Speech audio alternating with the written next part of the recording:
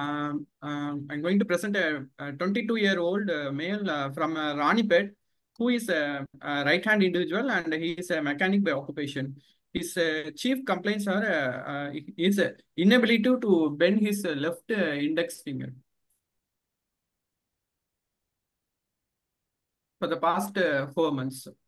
Case history, he is a mechanic. While doing his job in a mechanic shop, while lifting a heavy object, he sustained injury to his left index finger 4 months back. And he was immediately taken to the nearby hospital where a skin suturing was done. And afterwards, suture removal was done after 10 days. Following which, he was not advised any kind of physiotherapy or any splintings. Later, patient noted that he can't able to flex his index finger. So his main concern was he was not able to use his left hand for routine daily activities like holding the objects and driving the bicycles or two-wheelers. And there was no history of splinting and there was no history of loss of sensation of the left index finger. The past history, he has no comorbid illness and there was no previous history of any surgeries apart from the skin suturing. And he was a smoker and occasionally consumes alcohol. The patient was examined after obtaining informed consent, and the patient is the general condition of the patient is fair, and his vitals were stable. And the patient was examined in a sitting position in a well-lit room with his forearm extended and rested on a table in the sitting position. The examination of the left hand. This is the non-dominant hand of the patient, and he has a single scar of size 2 centimeter, which is in an ulnar oblique direction, is noted in the proximal digital crease of left index finger, and the scar appears to be healthy. And here the index finger at rest was found to be out of cascade. And there are no trophic changes that are seen in the index finger. There is no obvious deformity or deviation that is seen in the index finger. And all the other fingers also appear to be normal on inspection. On palpation, the scar is supple. There is no surrounding warmth or tenderness involved. And coming to the movements, here, the patient is able to act. There is active flexion of the proximal interphalangeal joint and distal interphalangeal joint of the index finger is absent. And however, the active flexion of the metacarpophalangeal joint of the index finger is preserved. Upon the other fingers and the thumb, the movements are of normal range. And and the forearm and wrist, the movements are in the normal range. And coming to the passive range of motion, all the joints are supple. With regard to the index finger, all the joints are supple and full passive range of movement is present in the index finger. The other fingers are also normal. And sensory examination, the sensory examination on both the radial and ulnar side of the index finger was found to be intact, and examination of dorsum of hand and forearm are normal. This is the X-ray of the patient, X-ray of the left hand, AP and oblique view, and here we can see that there are no bony, there is no bone injury as far as the left hand or index finger is concerned. So coming to our diagnosis, this is a case of post-traumatic sequelae of 4 months duration. It is a zone 2 flexor tendon injury involving the left index finger. So, have you completed your presentation? No, sir. Can we go to management also, sir? Proceed. Before management, wish to mention anything about the digital alliance? Sir? Digital alliance. Vascular status. Vascular status, we have not done. Okay, proceed.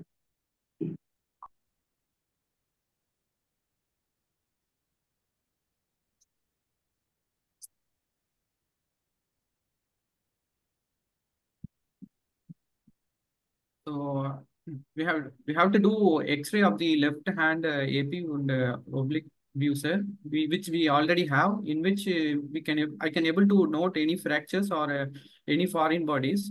And I will take blood investigation, chest X-ray, and ECG for routine anesthesia purpose. And ultrasound of the left index. If I have any doubt in examination findings, I will look for the position or location of the pec tendons, both proximal and distal, sir. So my management is exploration and FDP reconstruction of the left index finger from zone 1 to zone 3 using FDS of the index finger as a graft.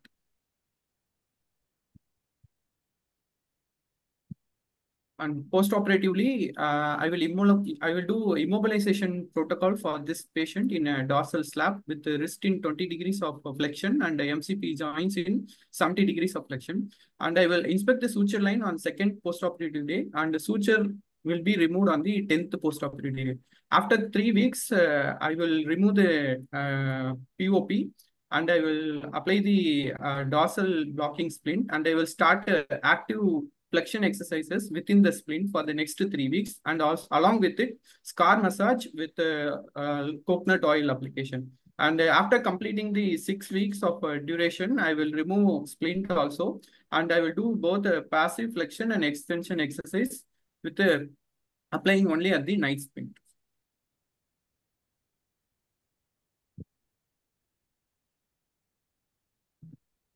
We completed. Your presentation over? Yes. Yes.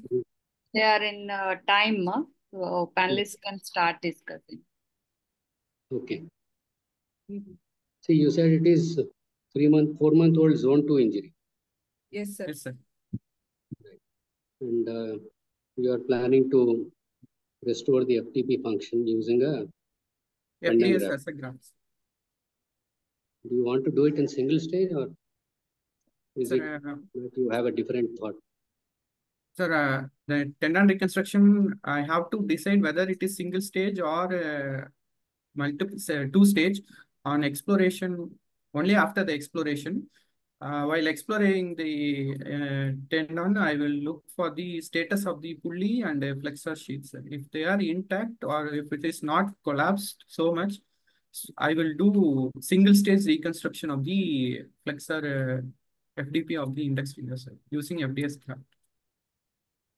Okay. If such is it, what do you think are the indications for the staged repair?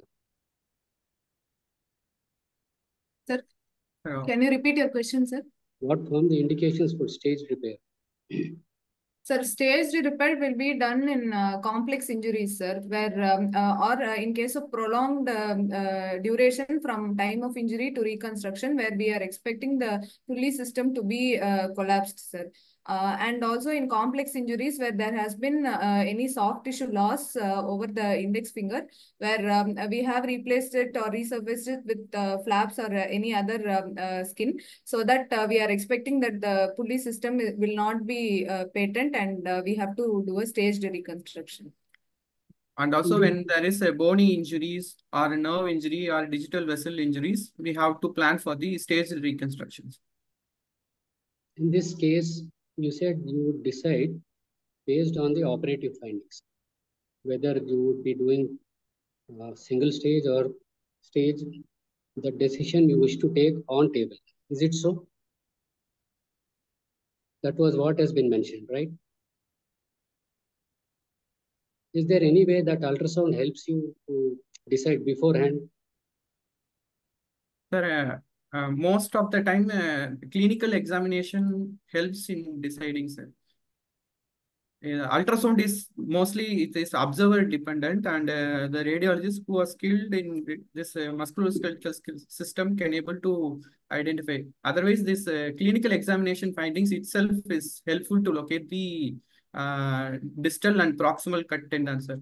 For example, in this case, the patient can able to flex the metacarpophalangeal joint of the index finger. So it is unlikely that the tendon is retracted to the palm because the lumbrical will restrain the FDP retractions. So most of the time it will be in zone 3 level.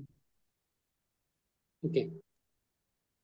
Any comment on the status of joints? I perhaps missed that. Sir, on clinical examination, the passive range of movement is full in all the joints of the index finger, sir. And there is no stiffness. There is no stiffness, sir.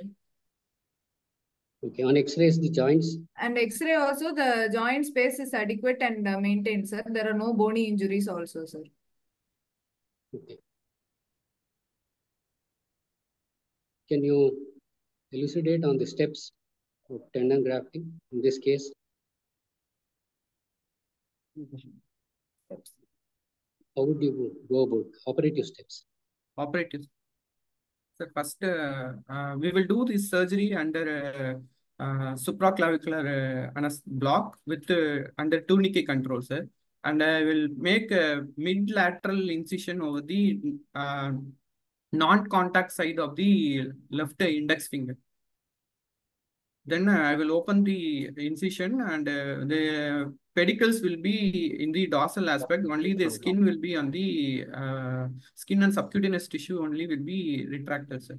And I will look for, I will look for the flexor tendons, distal cut location of the distal cut tendons I will do. And I will extend the incision proximally and I will identify the proximal cut tendons. Then in this case, both FDS and FTP are cut. So I will make a incision over the flexor distal 1/3 forearm and I will retrieve the FDS of the left index finger and I will use this as a graft for which I will soak it, I will preserve it under the saline gauze. Then first I will look out the distal cut end of the FDP index tendon, the location of the tendon, wherever it is, and I will open the pulley of the A4 pulley. I will open or went out.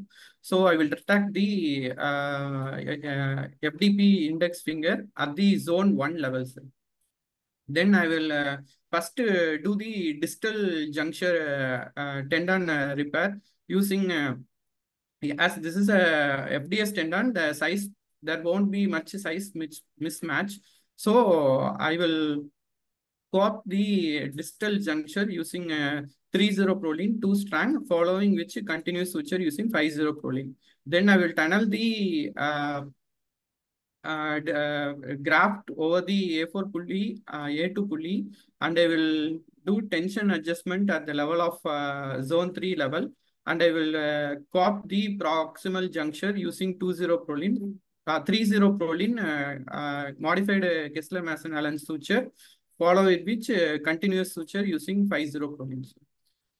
In this step, the distal cut end of FDS tendon, I will fix this distal stump over the volar plate or the soft tissue around the middle phalanx. So the middle phalanx. Then I will proceed. Then I will, sir. Proceed. Try completing further. Yes, sir. Then I will do skin suturing using 40 nylon and I will do dressings and I will apply the dorsal hand POP with wrist in 20 degree of flexion and metacarpophalangeal joints in 70 degrees of flexions. What would be the advice later, further on? You have splinted, agreed. Later on, how would you proceed? Sir, we will immobilize the hand in a dorsal slab and advise the patient to do hand elevation. And following which we are going to follow immobilization protocol, sir. So the suture line will be seen on the second post-operative day, and the suture removal will be done on the 10th post-operative day, sir. And following which the POP will be retained for a period of 3 weeks. And after 3 weeks, the POP will be discarded and patient will be changed to a dorsal blocking splint, again with the wrist in 20° and metacarpophalangeal joint at 70° flexion. And patient will be advised to do scar massage, and patient will be started on active flexion exercises within the dorsal blocking splint for a period of 3 weeks. And after the end of 6 weeks, we will start the patient on passive mobilization of all the joints, passive flexion extension exercises, and with usage of night splint for 3 weeks. You said zone 2. Yes, if zone 2 repair, you will start mobilization after 3 weeks only. Yeah? When will you start mobilizing a zone 2? This is zone. It is not a repair. We have done a reconstruction using graft, where there are two suture lines distally, proximally, along with a non-vascular graft also. So we don't mobilize the patient earlier.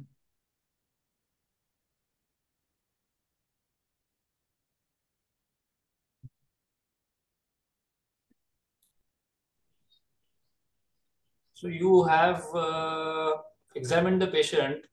You Yes, sir. talked about examination of the FDS. How do Yes, you sir. examine a FDS without touching the patient? How can you examine a FDS without touching the patient? Just on inspection without touching the patient.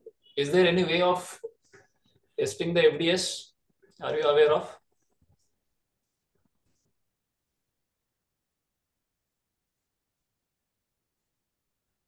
Yes, no? No, sir. You ask the patient to do like this. If this is possible, FDS is intact. Otherwise, patients do like this, O sign, typical. You didn't mention about 2-point discrimination. How do you test for 2-point discrimination? It is likely that the patient might have, you just mentioned about sensations, right? Yes, sir. How do you test for 2PD?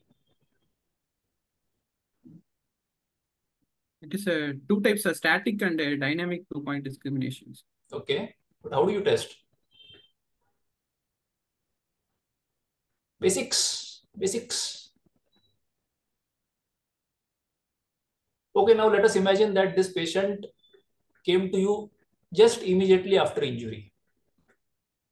How does mode of injury decide where the likely position of the tendon would be intra-op? Sir, we have to see how the injury has happened, sir. If the injury has happened in when the fingers were in a flexed position, then it is likely that the distal tendon will be retracted farther than the site of injury, sir. As in this patient, he was holding a heavy object, he demonstrated that he was holding it in a flexed position, like a cupped position, so that we are expecting the distal end to be retracted further, sir. When if it is in a straight position that the injury has happened, then the tendons are likely to lie at the level of injury itself. So, two questions subsequent to this. Patient has come to you immediately after injury. How would you manage this? And what would be your principles of hand incisions which you would apply during exploration or during repair? Sorry, patient comes in emergency, we try to I will try to repair both. I will look for the cut of injury of FDS and FTP. So I will look for it. Then I will make mid-lateral incision, sir. Because Can you tell us on both sides, how does doing FDP alone and doing FDS and FDP, what would make, how would you make your choices? What would be the conditions doing FDP alone or FDS and FDP both? Sir, I prefer to repair only FDP of the injured fingers. Why is that? Patient appears to be young, functional, needs strength in the grip. Why only FDP? Why not FDS and FDP both?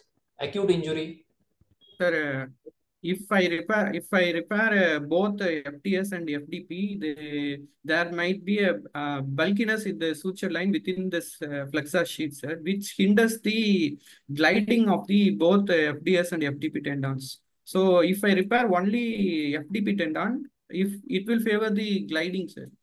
But we can repairing or else I can able to repair only the one slip of FDS, so that proximal interphalangeal joint movement will be preserved, and it also favors gliding of the FDP tendon also. And moreover, if I repair FDS, this vincular system will be intact, so that the blood circulation to the FDP also will retain. But I won't do, because it will hinder the FDP gliding. So on the cause stiffness, so I will repair only FDP. What are the principles of hand incisions? General principles. You are focusing only on mid-lateral incision. What other options do you have, and how do you make the choice? I can able to do Brenner's incision, mid-lateral and mid-axial incision, sir. While making Brenner's incision, I will make a flap over the volar aspect, so it will be retracted. So there will be suture line in the volar aspects, where it will be placed on the pulley system or fibrous flexor sheet. But if I make a mid-lateral or mid-axial incision, the entire skin flap will be intact, so that suture line will be on the lateral side, and the scar won't be at the volar aspects. So the pulley system will be, the gliding forces of the pulley system will be maintained if I make mid-lateral incisions.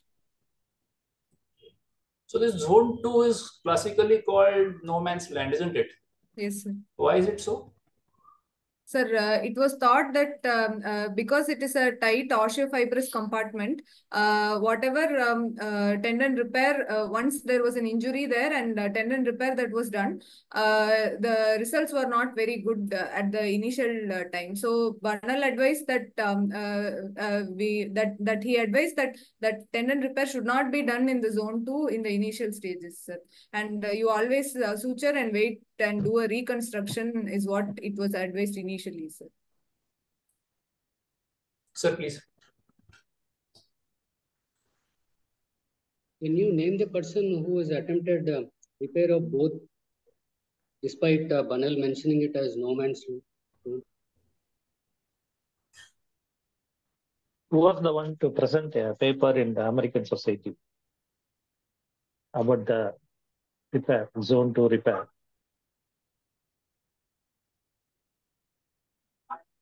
Don't know, sir. Don't know. Imagine. Kleiner. Kleiner. Okay. Right. Now imagine there is no distal stump of FDP. How would you address the issue?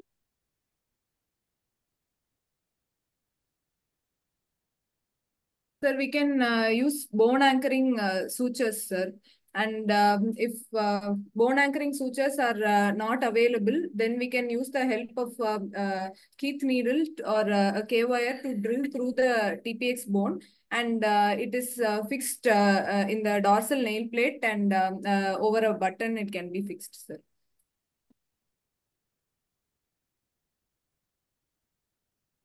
Now, you said you would go for a staged reconstruction if the underlying structures, intra findings are not very favorable, right?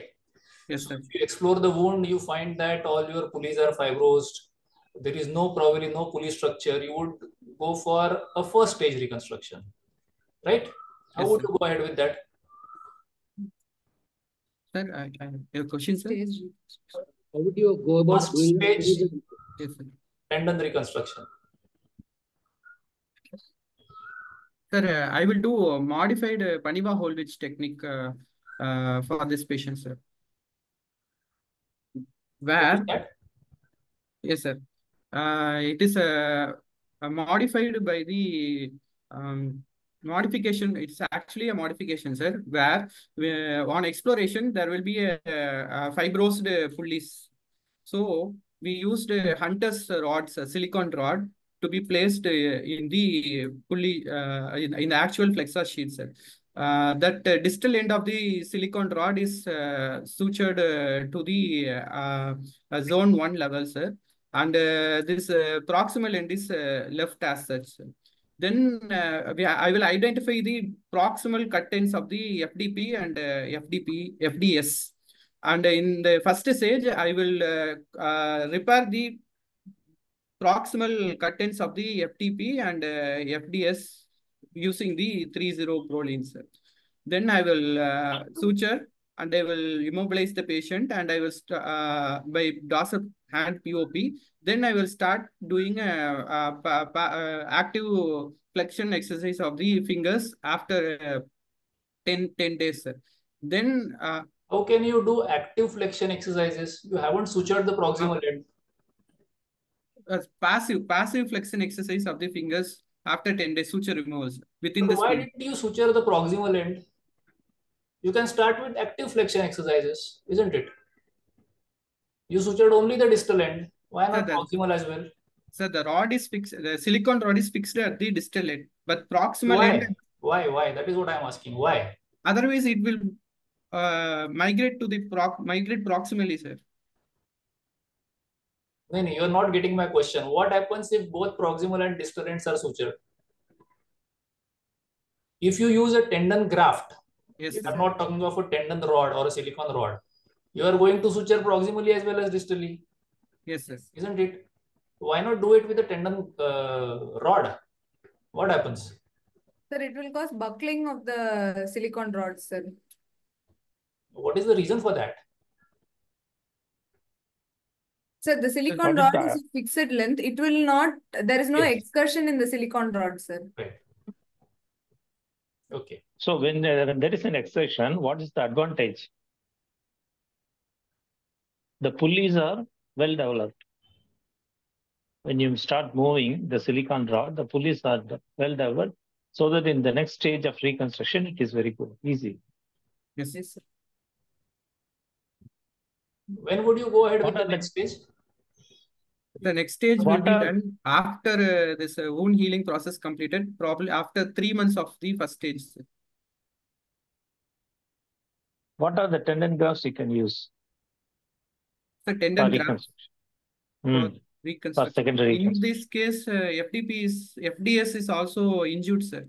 So I will use FDS as a graft for this case. If it, otherwise, the other tendon grafts I can use is palmaris longus graft, plantaris graft, and I will use long extensor tendons, toe, and also flexor of the toe grafts. But in this case, I will do FDS tendon as a graft. Okay. So in a secondary reconstruction, it is better to repair only one tendon. Only in acute cases, we go for both tendons. So you can sacrifice the FDS tendon.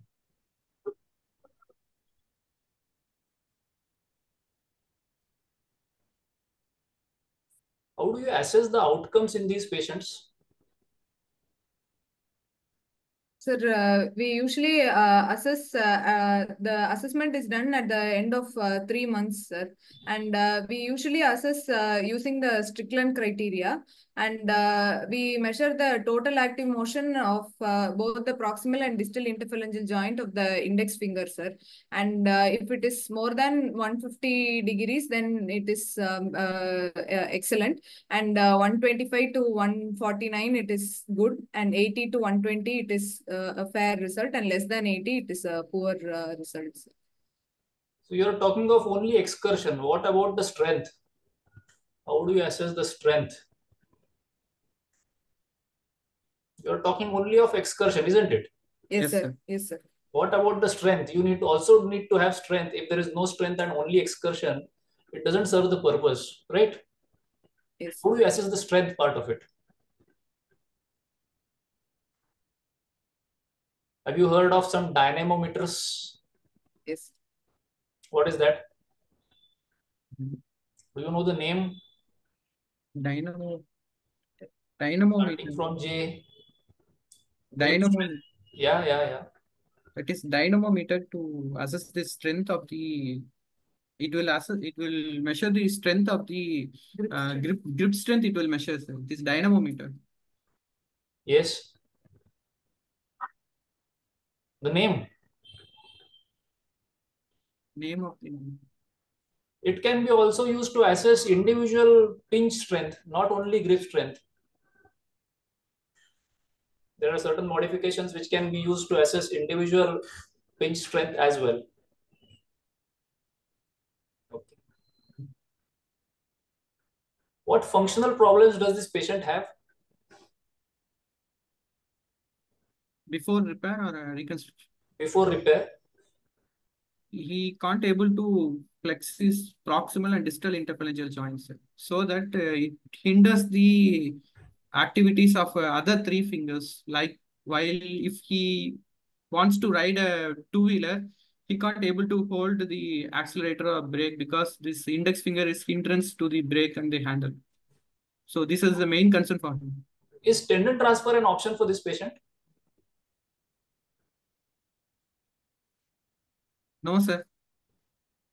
If at all the flexor tendon of thumb is injured, we can do tendon transfer. Here, we already have a donor tendon and the intact tendon is there. So there is no need of tendon transfer for this patient. We will do tendon reconstruction for this patient.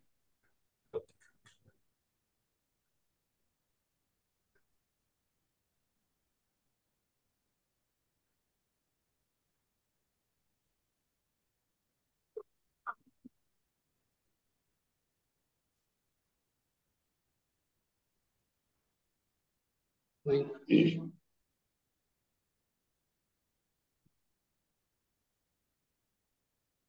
Shall we have this continuing or do we proceed to another? 10 more minutes are there, so you can continue the different aspects. Okay, if the Examination, anything you can ask related to flexor tendon, repair and reconstruction. okay, after a repair, see the forearm muscles are in a disused state, no? There is a mild atrophy. How will you provide strength to the forearm muscle? Sorry, I can't understand the questions. See, 4 months he has not been using the finger, no? Yes, sir. And he will not be having his full grip strength, isn't it? Yes. How will you strengthen a forearm muscle? Then only he will get the dynamic strength, no? Original dynamic strength. For that, you have to do some physiotherapy alone may not be sufficient. What else can you give extra?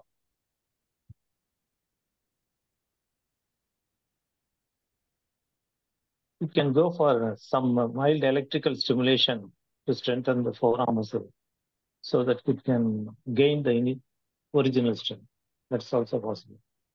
Okay, sir. Okay, sir. Coming to examination of the patient again, clinical Yes, examination. Initially, I asked you, how do you assess the function of FDP without touching the patient? How can you assess the sensations of a patient without touching the patient?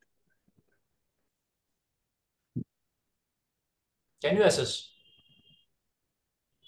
Now, it is very likely that this patient might have lost his sensations. In your examination, it was found that he had sensations, but let us assume. Without touching the patient, just by inspection, can you assess sensations in a patient? If any trophic ulcer present over the finger, it can. Okay, that is a pointer that sensations are lost. Anything else? If the patient is a baby, 6 months year old, patient is not going to tell you verbally. In those cases, how do you assess?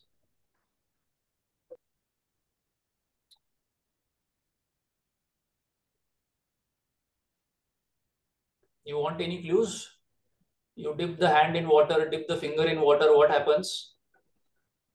They will withdraw. No, color I'm not talking change, of hot water. How can you put it in hot water? Insensitive finger. Because of autonomous activity, there will be a vasodilatation and constriction, so that hyperemia of the skin will be there. If we dip our own hand or finger in water for 10-15 minutes, what is there? What do we see? Sodden. Sodden. wrinkling is seen, that doesn't happen in insensate hands. It happens only because there is autonomic activity which is present. Where there is dysfunction, you don't get wrinkles. That is one thing. What do you see on inspection? In sensate hands, there is a bit of dirt if you see properly. Insensate fingers are very shiny because there is no moisture in those fingers. As there is no moisture, there is no mud or dirt or dust which is retained anywhere, be it hand, be it limbs. So insensate limbs are exceptionally clean and smooth. They don't have those micro dirt particles which are there. So that is how you can assess sensations in patients who are mentally retarded, in kids, or patients who are uncooperative and who don't usually respond to your communications. Okay, you guys are from Stanley, right? Yes, sir. Yes, sir. So what can you tell us about the red line? So the red line is not there currently, sir. Yeah, I know. But for those of us who don't know about the red line, there are red many line residents was among the audience. They don't red- know about the concept of red line. You should elaborate it for them. So the red line was proposed and implemented by Professor R. Venkateswamy, sir, who was the director at that time in Institute for Research and Rehabilitation of Hand. So that is a line of red paint will be there on the wall that will start from the trauma initial emergency department up to the plastic surgery hand emergency, and that line will run through the entire hospital wall, so that any patient who has a hand injury need not search anywhere, and if he follows the red line, he will come to the Stanley Hand Emergency Department, sir. Right. So it was a very disruptive and fantastic thought at that point of time, which promoted hand surgery enormously. Okay, see, there is suddenly an elderly person complains of inability to flex the index finger or thumb. What will you suspect?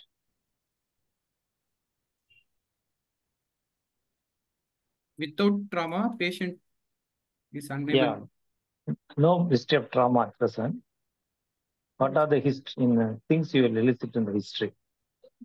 There may be a chance of For elderly person. closed tendon rupture is possible in elderly patients. Okay, causes? Any operative history you will ask specifically if you say there is a rupture?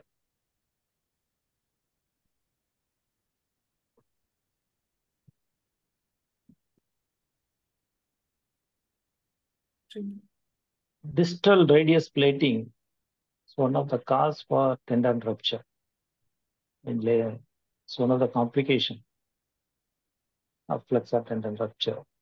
But maybe if you trace the history, he will say.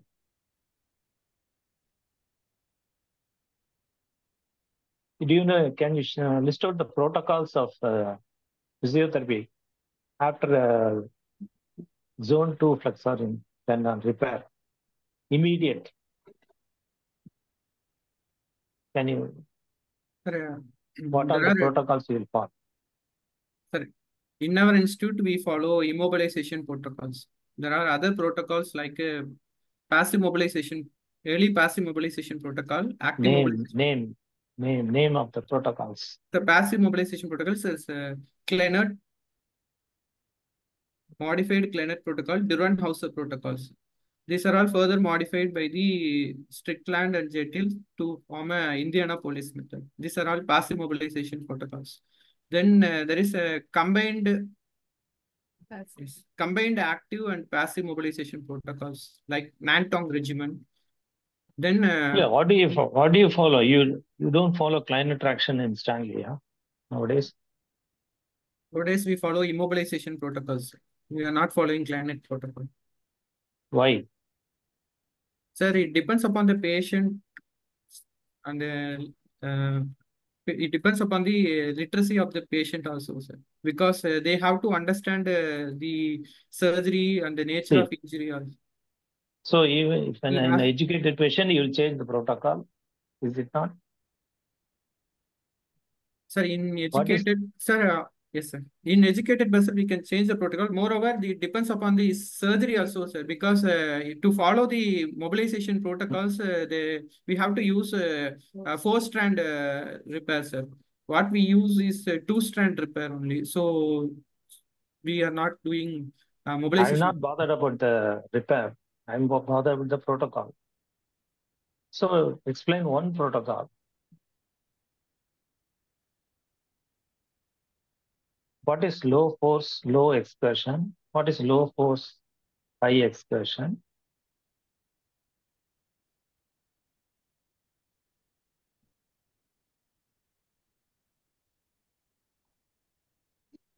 Okay. See, in Kleiner, there is a low force, but and there is low excursion.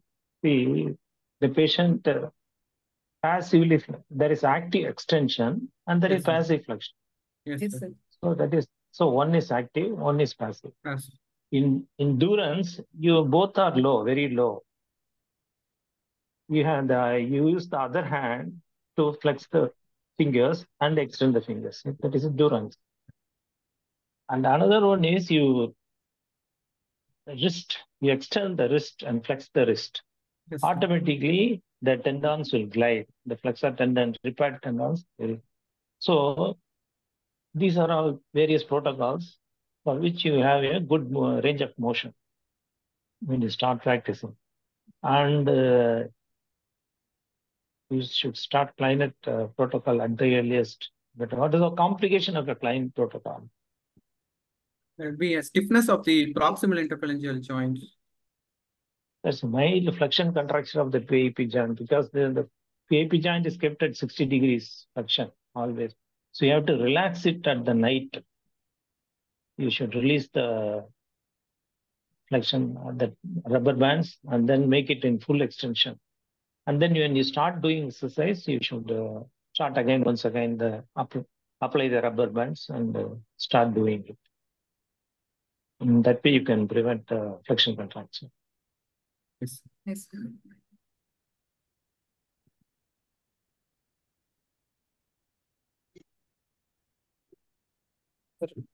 Can we move to the next session, sir? And can I ask a question? Yes, sir. Hello. Yes, sir. Yes, sir. So Mohammed and Preeti, Yes, sir. very welcome to you for presentations. You are a very lucid presentation. I have a question. How do you stitch the tendon graft? Which one you do, distally or proximally first? First, I If will you do it, why? First, I will do distal juncture, sir, because Yes. it will helpful in tension adjustment. So how quantitatively you assess the tension? Quantitatively, not qualitatively. I will compare with the other fingers. Flexion So of, what you see about the other fingers? yes, sir. Cascade. Cascades, sir. Other fingers. How do you quantitatively know about how much of tension? Do you have any quantitative method in India anybody has devised? Where Dr. Panse comes from?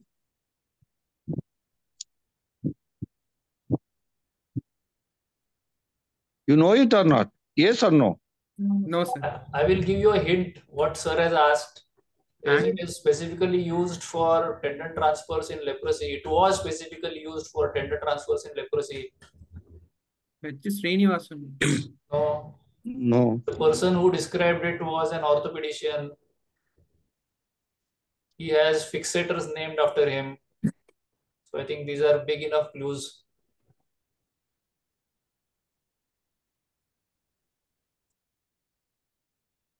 No, sir. It's Dr. B.B. Joshi. Sir? Dr. B.B. Joshi. Josh. Okay. Joshi. Joshi. Joshi, okay. This, my second question is, how do you reconstruct the pulleys if you need to have it? How do you reconstruct the pulley? Sir, there are various methods of reconstruction of pulleys. One is I will use this palmaris longus graft or FDS graft and wind around the middle phalanx and proximal phalanx to reconstruct A2 pulley or A4 pulley. Or if there Okay. is any remnant of pulleys are present, I will make a weaving over the remnants. Otherwise, Okay. I will take extensor retinaculum also to reconstruct this pulleys. Good. What is check ren deformity? Why it occurs?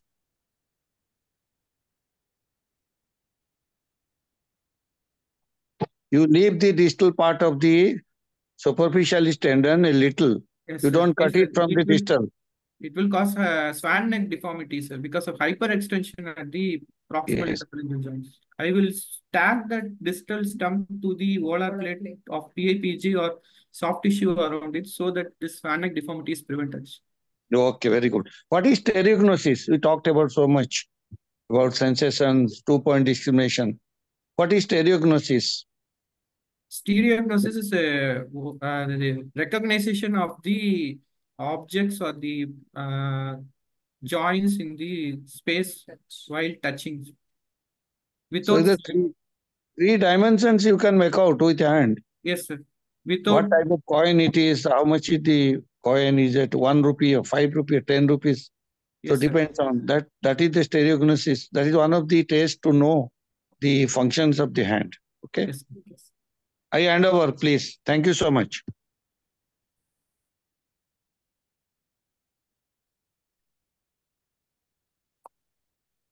Hello. Do we proceed to the next part or do we continue, ma'am? Did they cover the how they will assess how much is the graft required, length required for reconstruction of the tendon? Ma'am, the graft requirement is from zone 1 to zone 3 level. I will do reconstruction. So for that, the FDS graft is adequate. While doing tension adjustment, that only will decide the required length of the FDP reconstruction graft. So there is no exact measurement of graft length. So what What type is of risk? repair you will do in distal part and the proximal part, proximal end, and which wound you will close first, and how will you adjust the tension? First, I will do the distal juncture. I will close the skin closure over the distal. No, repair, what will you do in distal end? And how will you do in the proximal end? Is there any difference you follow or Nothing what different. type of suturing? Ma'am, we will do end-to-end modified Kessler-Mason Allen suture for both distal and proximal. If we use FDS as a graph, otherwise, if we use Palmaris longus as a graph, I will do Pulvertoff technique. For both? No, proximally. Proximal. So, where will you keep your suture line of proximal end? In zone 3 level, ma'am, in the palm. Okay.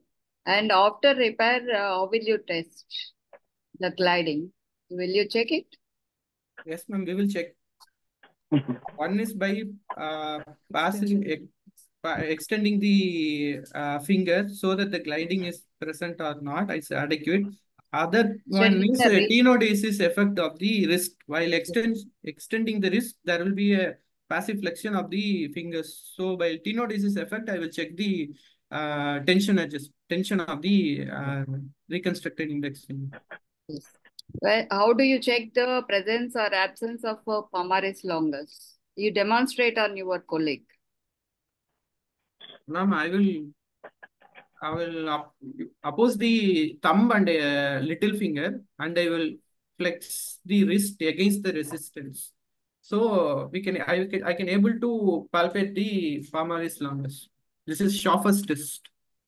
So in how much percentage it will be absent? It will be present in 80 to 85%. 15 to 20% it will be absent. Is it bilaterally it will be absent or unilateral? Bilaterally it will be absent. So if you test one hand, there is no need to test for the other hand? I will check, ma'am. We have to test both the hands. Yeah. Need not be bilateral absent. Okay. Then Madam, your video is not available. Your video. okay. Now the interesting session of the thing. Other teams will put questions to the presenting team. Rohit, announce the team members. Team 1, Madras Medical College, ma'am. 2 minutes for each team. Good evening, ma'am. Yeah. What is quadriga? In which fingers can we? You are breaking. What What is is quadriga? quadriga effect? Quadriga effect. In which fingers we test?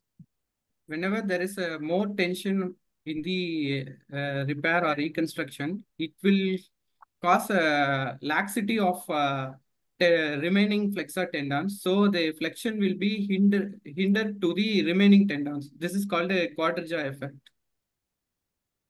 Why does this happen? Because mid-ring little finger has a common bellies of the flexor tendons, FDP tendons. So if we repair the, like for example, if I repair the FDP of the ring finger with more tension, it will pull the tendons distally. So there won't be adequate tension while contraction of the flexor tendons of the remaining mid finger and little finger also. So there will be laxity of the weak flexion over the remaining fingers. This is called a quadriga, and this is the mechanism. Yes, thank you, ma'am. Second team. Good evening, Team Jipmer. Can you describe the volar plate anatomy and classification of volar plate injury? Volar plate anatomy, it has two parts. One is proximal and distal. Proximal part is it is fibrous, and distal part is fibrous, and the proximal part is membranous. And this volar plate alignment will be different in metacarpophalangeal joint and proximal interphalangeal joint. For example, it will be lax and extend in metacarpophalangeal joint. There is a slight degree of extension. PAP joint alone. What is the region attachment? Anterior, posterior, lateral attachments. Volar plate anatomy. Volar plate is attached to the proximal interphalangeal joint volar plate. It is attached to the base of the middle phalanx and the condyles of the proximal phalanx, and there is a proximal extension called Checrine ligament. It is a membranous part. Laterally. And collateral ligaments are attached to the volar plate. That is accessory collateral ligament and proper collateral. Proper collateral is like from bone to bone, and this accessory collateral ligament is from this volar main bone to volar plate. What is the classification name? Injury classification? That we don't know. Okay. It's a year-turn classification. Okay. Thank you. Next, team 3, madam, KGMC Lucknow. Hello, good evening, ma'am. Yeah. Team KGMU. My question is, among FDS and FDP, which tendon should be repaired first and why? Which tendon is repaired means in acute injuries.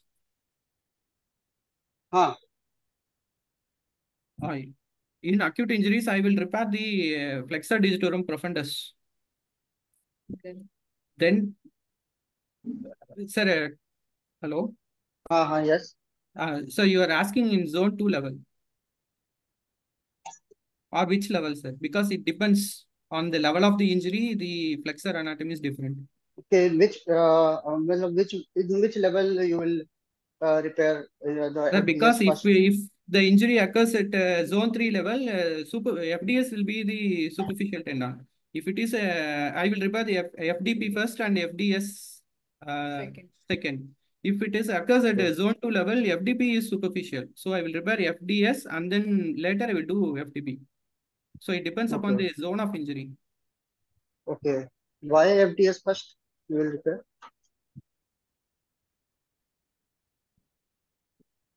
Why will FDS is the repair deepermost first? structure in the zone 2 level. If at all I have to repair, I will repair the FDS first, then I will repair FDP. Most often we will repair only FDP alone in zone 2. I won't repair FDS because it will cause the Actually, flexion of both distal and proximal interphalangeal joint. Only thing is the grip strength of the proximal interphalangeal joint only will be decreased while repairing the single tendon. okay. Also, FDS is also repaired first because it will also protect the vingulum longum to FDP also, and it will Yes. provide the gliding interface between the Yeah. FDP and underlying. Yes. Okay.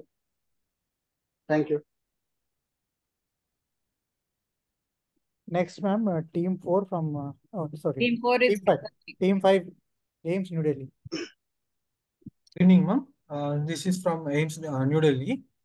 And my question is, when you do a flexor tendon reconstruction, what are the prerequisites for the flexor tendon reconstruction? What are the things you check before tendon reconstruction? We check that the scar should be supple, and if we are going for reconstruction, then adequate time has to be there from repair to reconstruction time, so that the inflammatory phase has settled down. The scar should be supple, and more importantly, the joint range of motion should be, passive range of motion should be full, and all the joints should be supple before we embark on reconstruction. Any classification for that? There is a boys classification to grade the this. Yes. Okay. Thank you. Team 6. Good evening, ma'am, from Bangalore Medical College. What is intrinsic and extrinsic muscle tightness?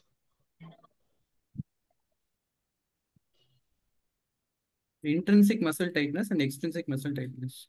Yes. So And intrinsic how do you test muscle, it? I hope you are asking about the lumbricals. Yeah. So if we use a long tendon graft, the lumbricals will be migrated more proximally. So instead of flexion, there will be a hyperextension in instead of flexion, it will cause a extension of the PAP and DAP joints. So this is a lumbricus flex finger you're asking. The test is evaluated by Bunner's test, where we evaluate the presence of intrinsic and extrinsic muscle tightness by comparing the range of motion and force needed to passively flex the PIP joint, while the MCP joints are passively extended and flexed. In extrinsic tendon tightness, passive flexion of the PIP joint is reduced when flexing the MCP than when extending the MCP. And in intrinsic tightness, passive flexion of the PIPJ is less when MCP is extended than when MCP is flexed.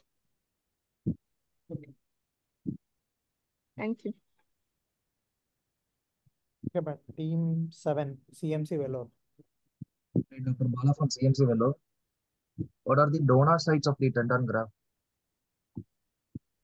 We will, since if the FDS is already injured, we can use the FDS tendon of the same finger. Otherwise, we can use the palmaris longus from the same hand. It will be in the same under same anesthesia. Otherwise, we can go for plantaris graft or from the long extensors of the toes. Yeah, thank you.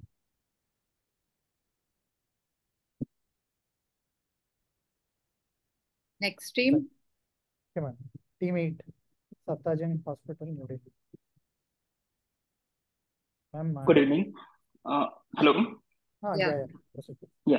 I would like to ask, what are the methods to prevent adhesion formation during tendon repair? Sorry, voice is not clear, sir. How will you avoid adhesions?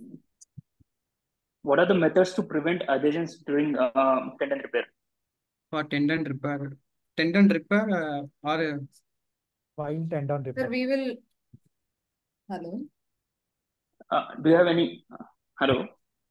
Yeah. So we should minimize the incisions required for tendon exposure, and then we will use an atraumatic technique for repairing the tendons.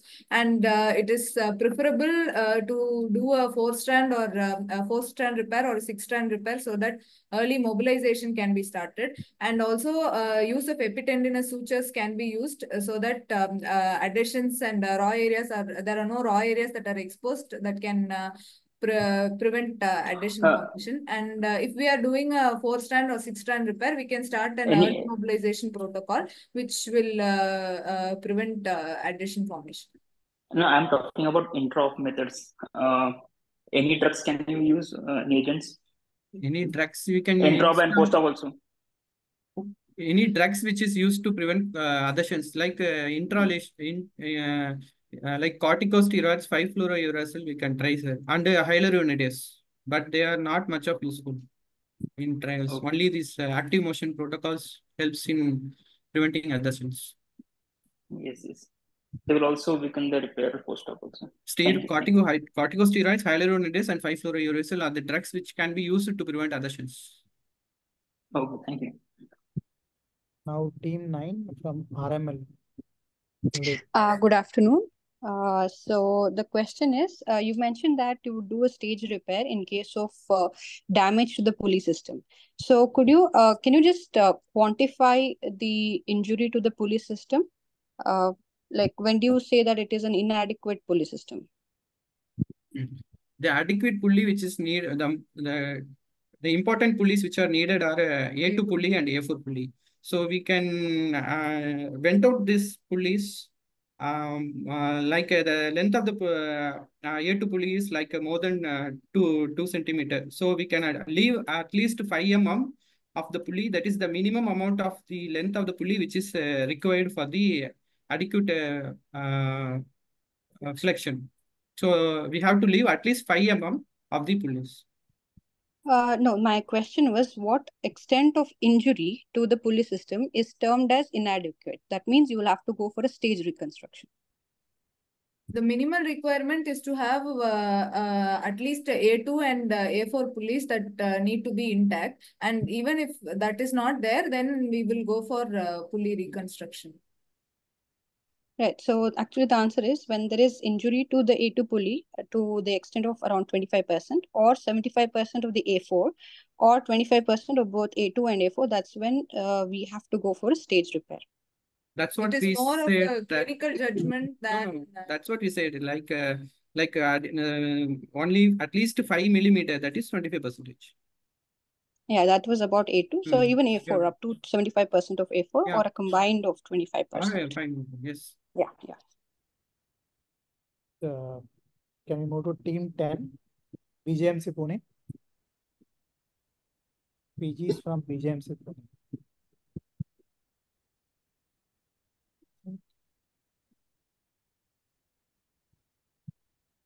If they are not available, we move to team 11 from Kilpauk Medical College, Chennai. Good evening, everyone. I would like to ask, in the immobilization protocol, after the early stage, after 3 weeks, during the mobilizing, what are the different fist positions which are done, which will enable the gliding of FDS and FDP tendons? There are a few positions like hook positions, duck positions, and the rolling of fingers over the other fingers. So which position will These are the tendon gliding exercises. Yes. So which fist position will enable the maximal differential gliding?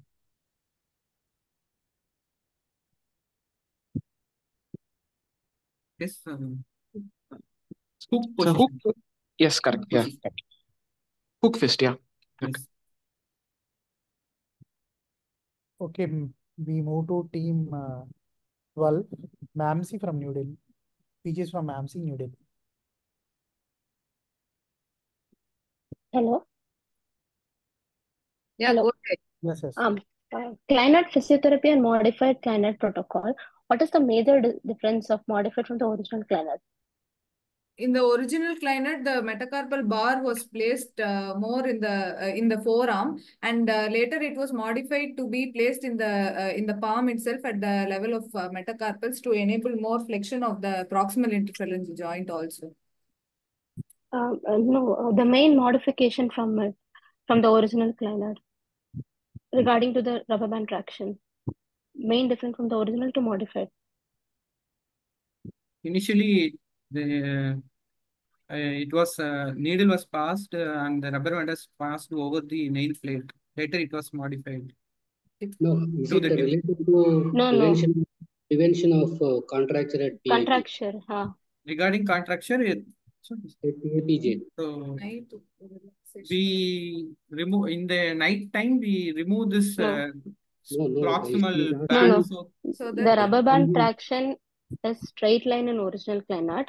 In order to make the PIP to pull, we make a directed traction palmar pulley in modified Kleinert protocol. So it prevents the PIP contraction. That direct traction through the palmar pulley is the modified Kleinert. I think, ma'am. Hello. That's Lakshmi ma'am. Ah, Any inputs? Next question. Panelists? Subodh sir, No, I think I just actually they answered the same, I think.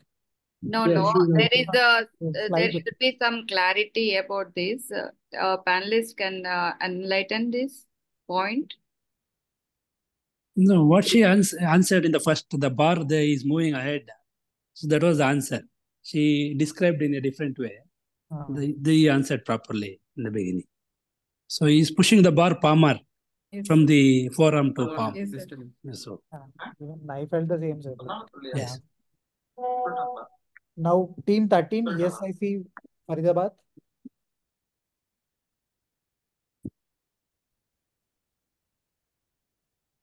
Now, team 14, SRMC Chennai.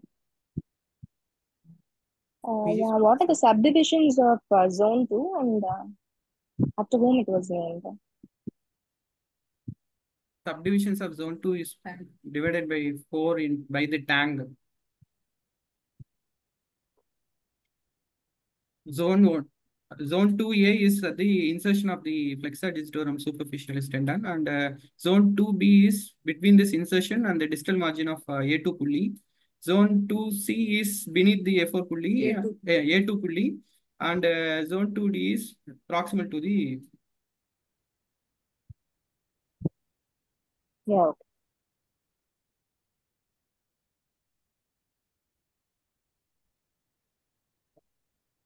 Madam, PG is not responding.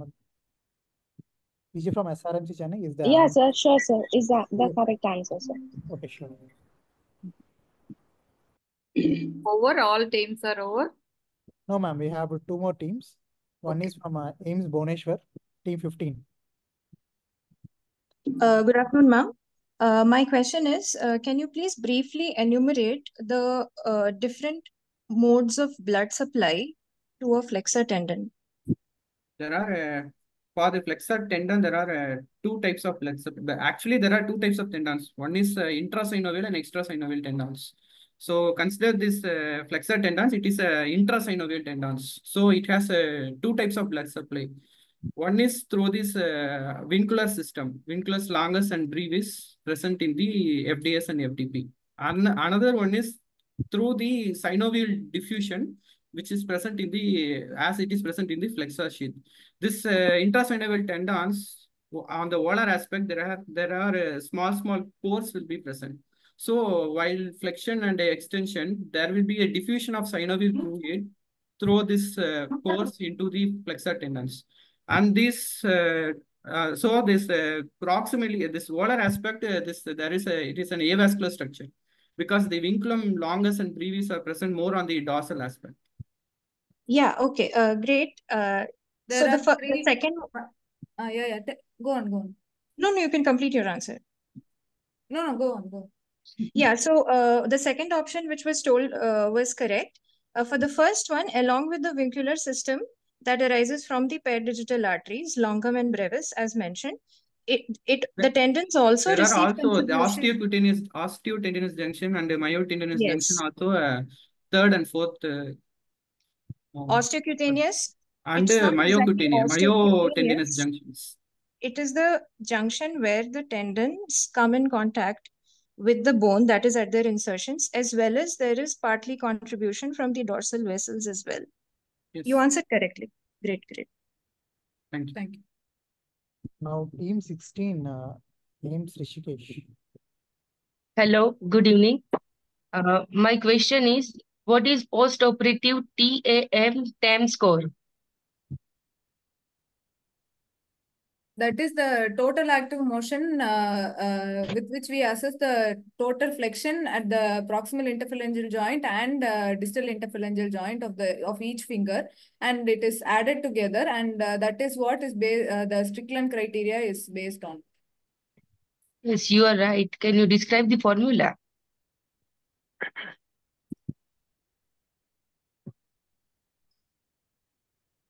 Like how it is made?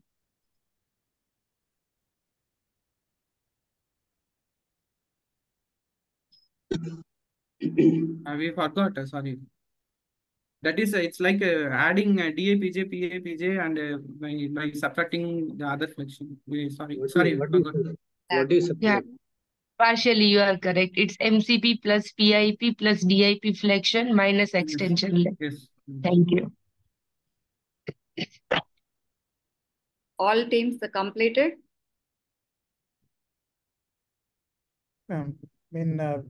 Right now, two teams haven't attended the session, ma'am. Team 10 and Team 13. One is BGMC Pune and ESIC Faridabad. Okay. Any questions from audience, other faculty, PGs who are attending this session? Any chat box questions? No, ma'am. Till now, no questions. Okay. To the presenters, I am asking one more question. You told so many methods of assessing the function of the flexor tendons. What is the clinical method? Simple clinical method. You grade excellent, good, average, poor function.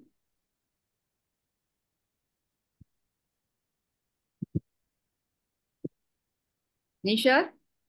How will you assess clinically the function of the flexor tendon after your repair?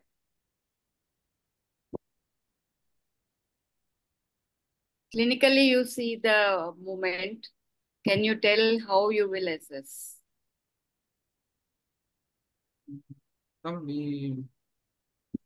One clue I'll give. Okay. Okay. Is the relationship of the tip of the finger to what? Tip to palm. Yeah. To palm, tip to Not a palm. Palm is a very big structure, isn't it? to distal crease, tip to PAPJ. That is how we clinically. The distance between the tip of the finger to the distal palmar crease. If it is touching that, it is excellent. And remaining grading, right? Yes. Anyway, who got the Padma Shri award from Stanley? Professor Vengadaswamy, sir. His full name? Professor R. Vengadaswamy. Which year? He started in 1970. No. Which year he got Padma Shri? Padma award in which year he got? Recently he got, sir. We don't know. No, the recently has no meaning. Plastic surgeons are very focused and they should speak specific. Anyway, who are the lady plastic surgeon got Padma Shri from Chennai? Madam is lady, no? So I want a lady to get a Padma Shri. Who got it? She is from, she was a HOD of CMC Vellore, sir. No. Yes. But I am asking from Chennai. You are right. Matanki Ramakrishnan, madam. Full name? Matanki Ramakrishnan. K. Matangi Ramakrishnan. Ramakrishnan from Keelpok. Yeah. I think I asked a little general question, but it makes a difference because your predecessors have done a lot of hard work to get that institution to Institute of Hand Surgery. Okay. And that Pansay was talking about, you know, Arcot word, Faridi Arcot word? In Stanley, you know, there is a Arcot word. Arcot word. Yes, the sir. word name is Arcot word. You know that? Yes, sir. So I think these are things to be known because you belong to that great institute. Okay. Thank you so much. Thank you. So now we'll go to the next session, shall we? Yeah. Yes, ma'am. Go ahead. Share my screen.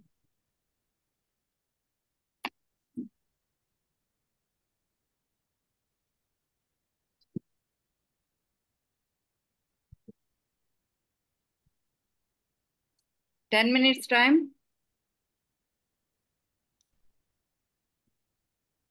Tell the diagnosis and This post-traumatic, probably a post-traumatic raw area of the left leg in the middle third region, in the middle third of leg in the anteromedial region with exposed implant.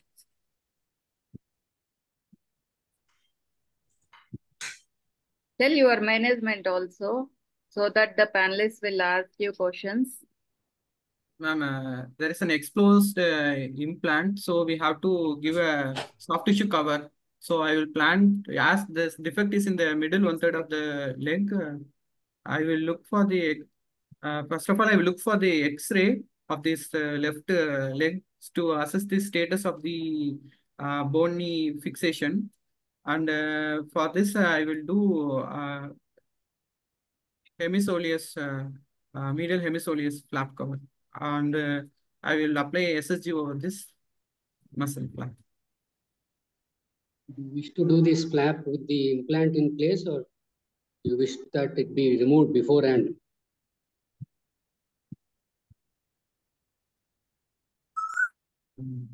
Did you get the question? Yes, ma'am. Yeah. Yes, ma'am.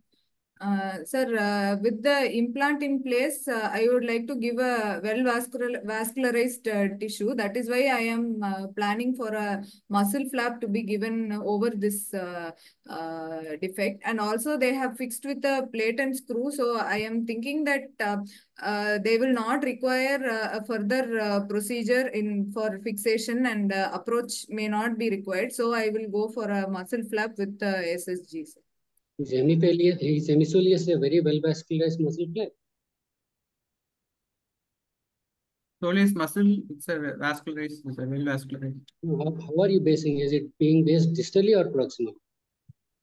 Proximally based hemisoleus muscle.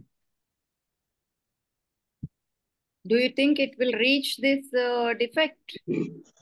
Distally. Is it exactly in the middle of the leg or the junction between lower and middle? It lies junction of between the middle third and distal third. So, can you think of any other option?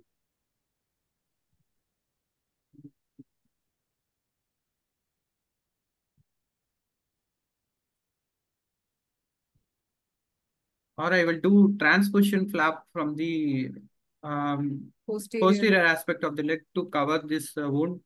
So it would also have a durable skin cover. Do you wish to base it on a vessel or random? Would it be random?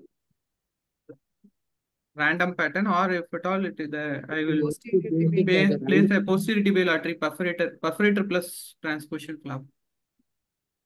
Because if you are to do it as a random transposition, do you think you will have sufficient girth for it to be based as random transposition flap? Sir, I will do random pattern transposition flap for this patient, inferiorly based, but I can able to include this posterior tibial artery perforator at the base of the flap. How can you say that it should be random and still you want to include the posterior base? Perforator plus transposition flap. Instead, you say interpolation flap. But still, what would you do? Would you wish to give the flap cover with the implant in place, or after the implant being removed, after the implant has been removed? What are the problems if the implant is there and you give the flap? So the problem with an exposed implant is the presence of biofilm, sir. So it will constantly cause infection and problem in the wound site, sir. But before that, I will discuss with the orthopedician regarding the feasibility for implant removal, sir. But if implant has to be left in place, I will give a well vascularized tissue over the implants. What has been your experience with flaps on exposed implants of long duration? Sir, it will result, there is a constant wound infection that is present, sir, and it will lead to sinus formation, which will take almost around 6 weeks to heal, sir, and patient will require prolonged antibiotic therapy also, sir.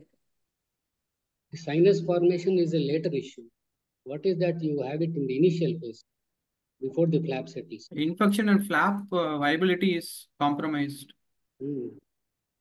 Chances of flap losses would be high with the exposed implant. Yes. Better would be that implant be removed and then you give the flap. Okay. If other panelists have difference of opinion, they are open to express, please. What type of muscle is soleus? Mentioned that you will do a soleus flap, right? Yes, sir. What type of muscle is soleus? Mathias type? Type 2, sir. What is the blood supply?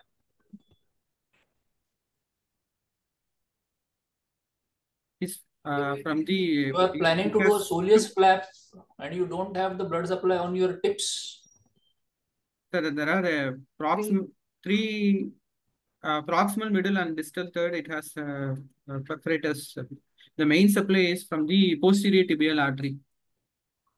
And Type from the 2 peroneal artery, type sir. 2 muscle. So it will have two blood supplies. Yes, sir. One is The from the posterior tibial and the peroneal artery, sir. The middle and distal third will be supplied by the peroneal artery perforators. Is it? Is it described in upper third, middle third, lower third, or medial half and lateral half?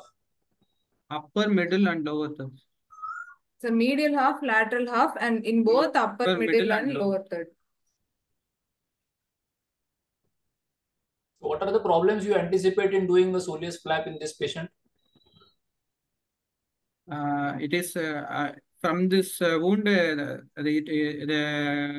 may be a compound grade 3B fracture, sir. So there may be a possibility of injury to the soleus muscle also, and along with it, the perforators to the muscle also might get damaged. So I will anticipate the muscle injury also in this patient.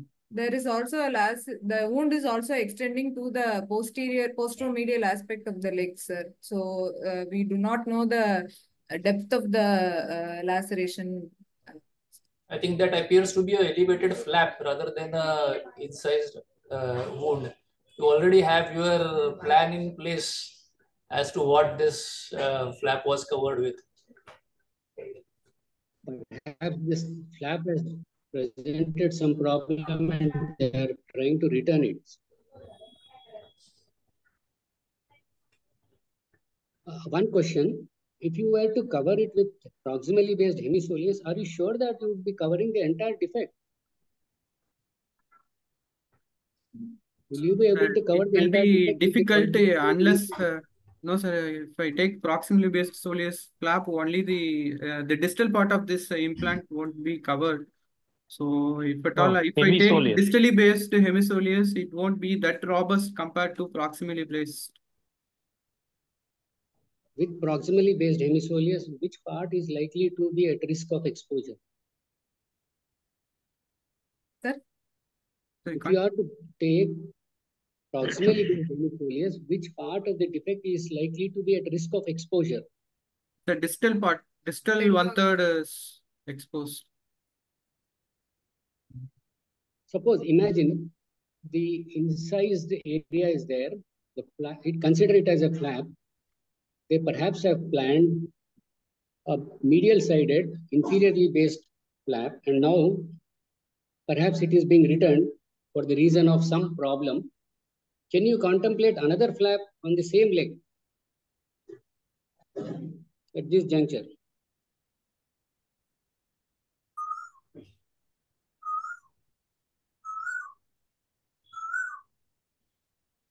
I'll make it clear.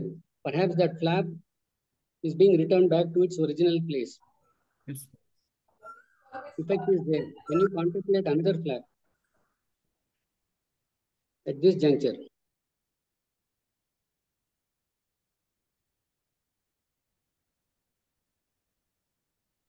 Would you take that risk?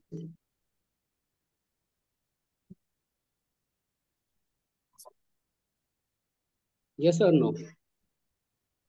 Sir, we could have damaged the perforator and pedicle, sir, so it will be difficult to consider in the same leg.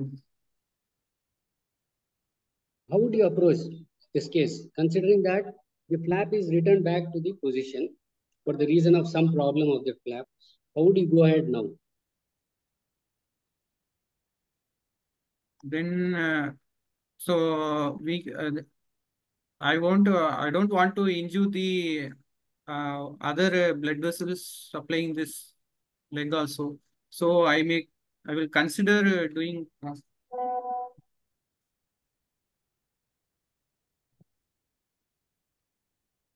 Any issue?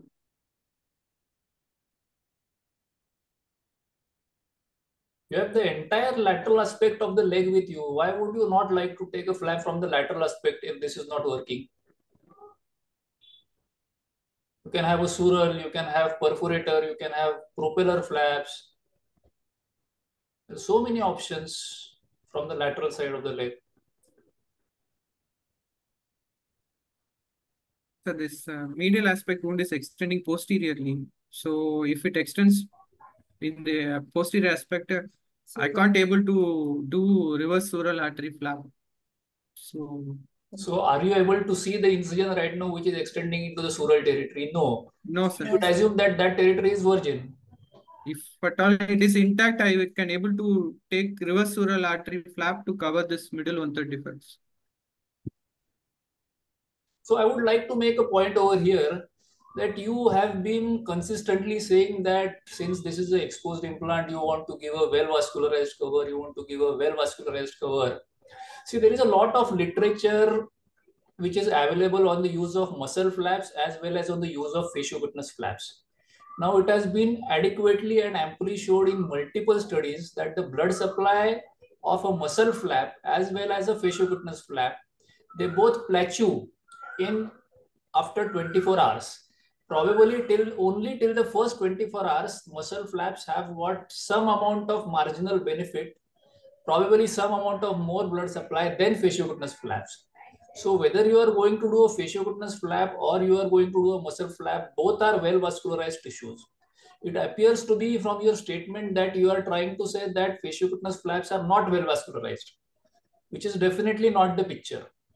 And my personal opinion is, in this case, sural flap is not going to work. Sural flap, I mean to say soleus flap is not going to work, especially a proximally based soleus flap, because you want to go quite low in the leg to harvest a proximally based soleus flap.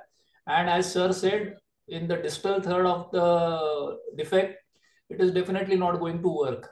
The best scenario in this case would be you have ample of transposition flap options at your disposal.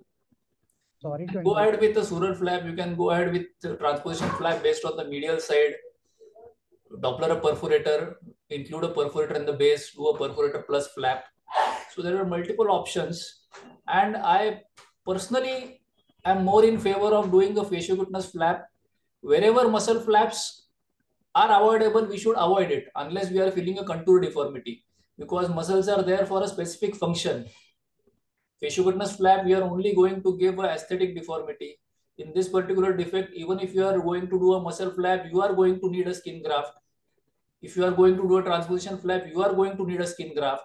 So there is no advantage of aesthetics, whether you do a muscle flap or a transposition flap. So in these scenarios, your choice should always be a transposition flap. Okay.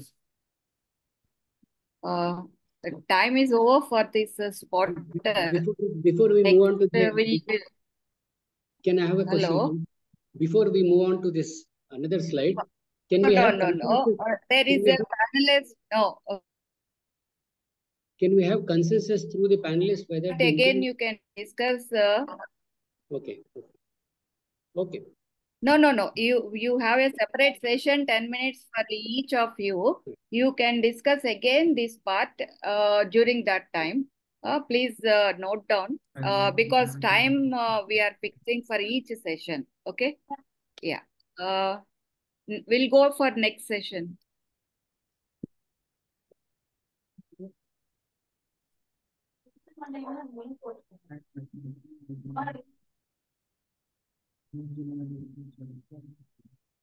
Yes, please.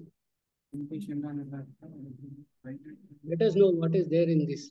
Sure, Pratik, you Yes, have to identify.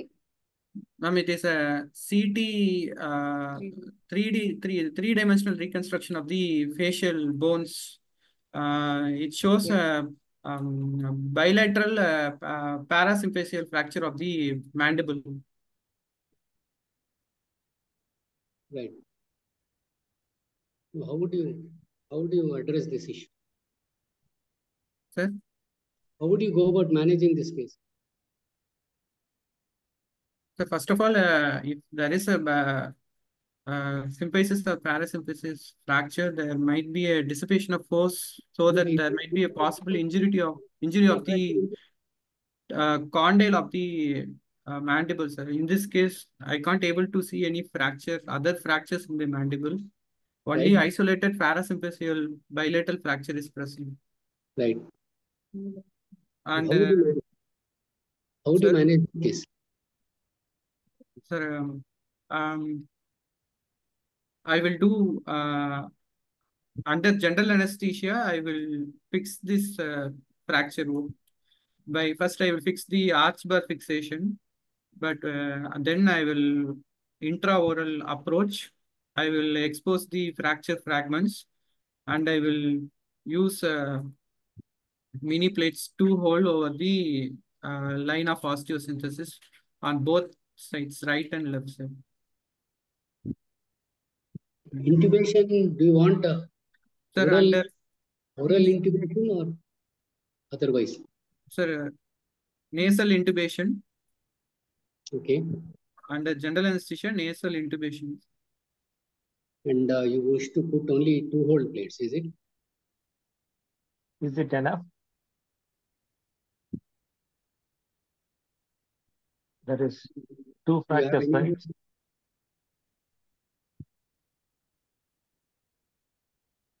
Voice is not audible.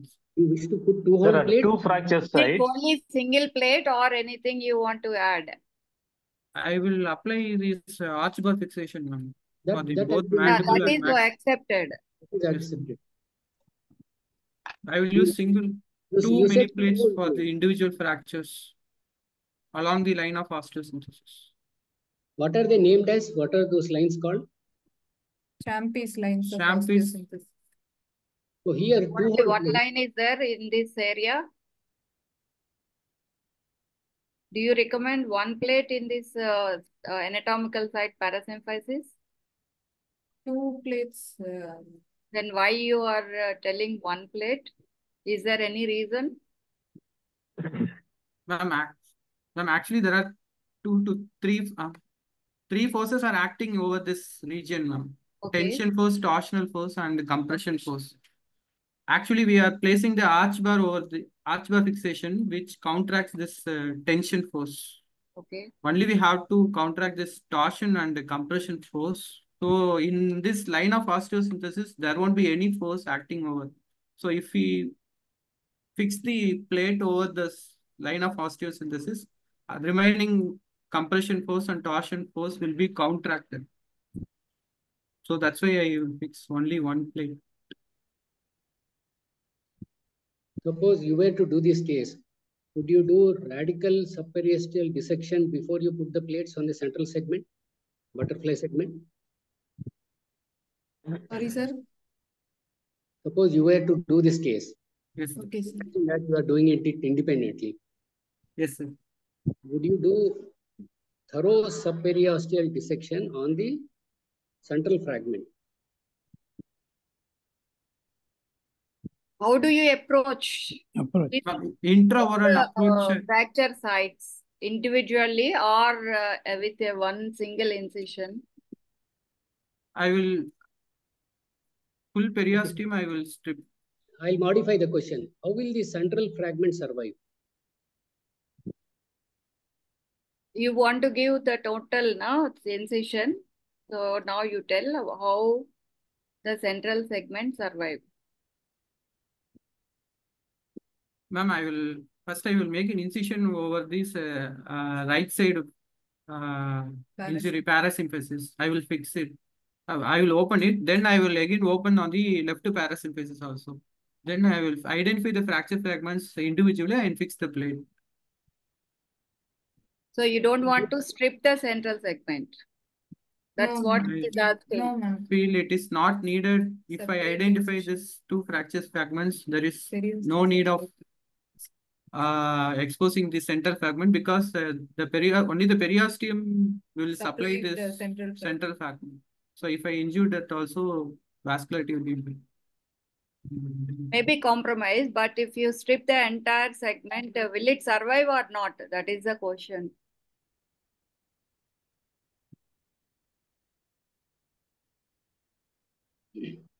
Is there any other blood supply? Is it from only skin or anything from anywhere it is coming?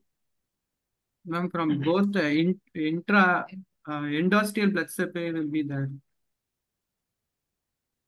The muscle. What is the muscle attached in that? Both sides. Mucosa is there, muscle is there, isn't it? Yeah. Yes. Yeah. Mm. What's the muscle attached to this segment? Mentalis, myohyoid muscles and geniohyoid muscles are attached.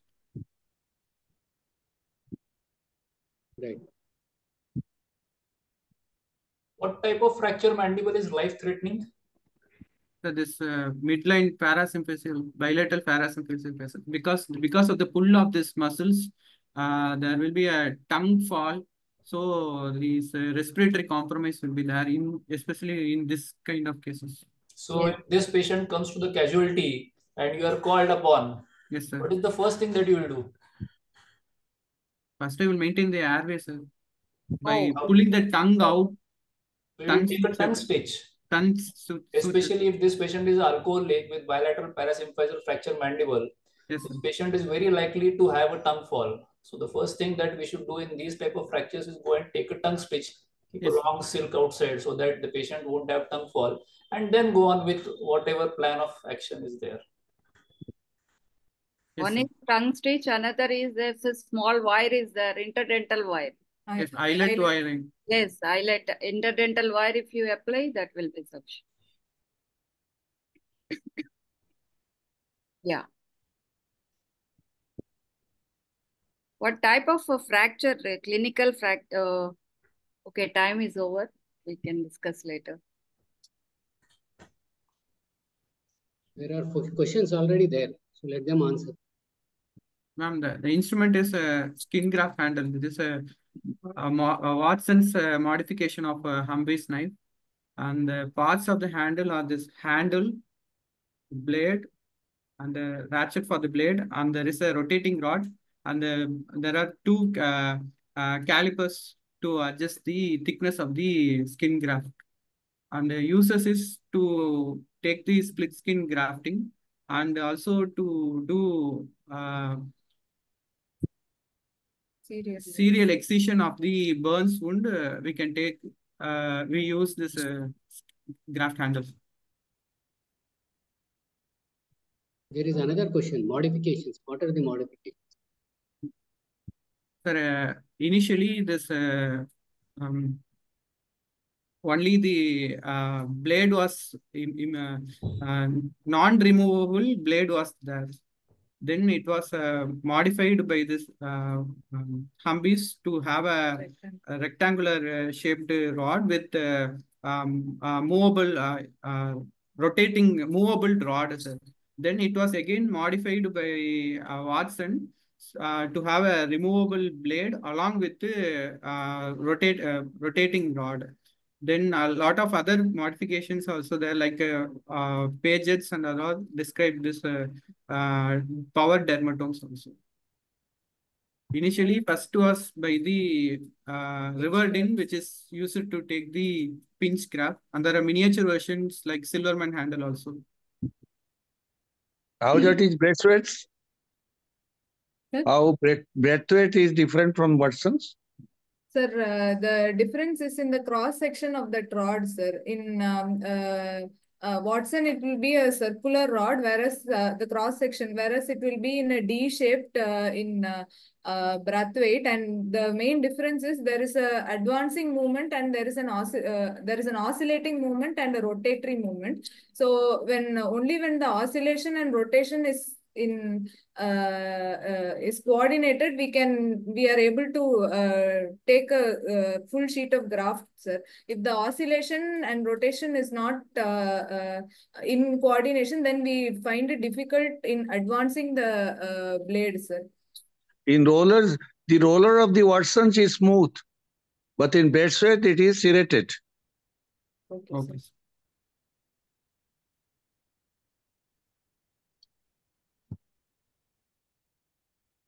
So there might be certain areas or certain clinical scenarios where you need to harvest a skin graft repeatedly. Yes, you're getting my point. So in those cases, which is the site from which you can harvest repeated skin grafts at early intervals? Medial aspect of the thigh. No. Good grafts are this.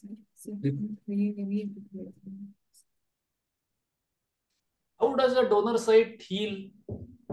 That gives you the answer. You need the pilosebaceous unit only. Yes. So where are the maximum number of pilosebaceous? Scalps. Yes. Scalp. So scalp is the site from which you can frequently harvest split skin grafts, more frequently than other areas of the body. Now this skin grafting handle which we are seeing, can a left-handed person use this harvest? How is he going to, or how is he or she going to harvest using this graft, this handle? It would be difficult, right? Left-handed person, he can, if he is taking from the right side thigh, he can harvest from proximal to distal. Is it possible? From left-handed person point of view, it is possible. Can he do that? Ma'am? Can he do left-handed person with this? You try to hold, imagine and hold and tell. You try that, imagine that you are a lefty. No. Imagine. No, sir, it is not possible. Yeah. Because the So rod what will should be... left-handed surgeons do? No, the rod will be in opposite side when the person is a left-handed. So there are different skin grafting handles which have been devised for lefties. Yes, sir. They are available in the market. You told serial excision by this instrument. Is it serial excision or tangential excision? Tangential excision. But you told serial, no? Yes, sir. Sorry. छोड़ता ही आ गया ना उनके लिए नहीं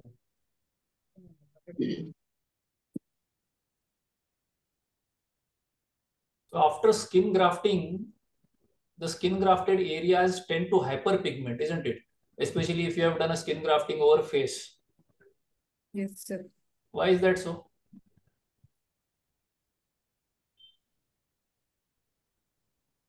You agree skin grafts tend to hyperpigment, especially over face. Why? Yes, sir.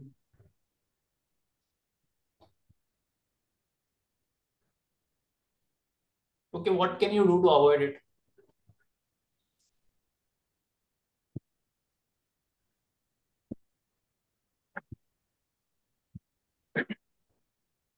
What is the best way to heal our donor site?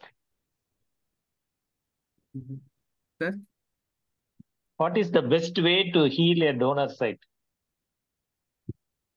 You mean operatively? Will you do anything? What's the best way? Sir, after harvesting, we will apply Vaseline gauze or dressing and leave it. We don't open it for the 14 days. No. Yeah, if you apply collagen sheets, Yes, sir. the donor site will heal very nicely and the problems are minimized.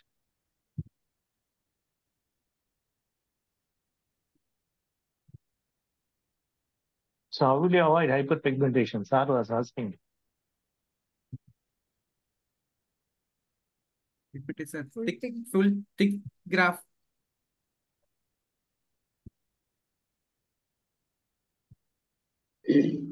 which graphs tend to show more hyperpigmentation? Split thickness or full thickness? Can you avoid something? Avoid sun exposure. yes, That would avoid hyperpigmentation, right? yes, sir. But why does it hyperpigment that you are going to read today? Okay, sir. Right? Okay, sir.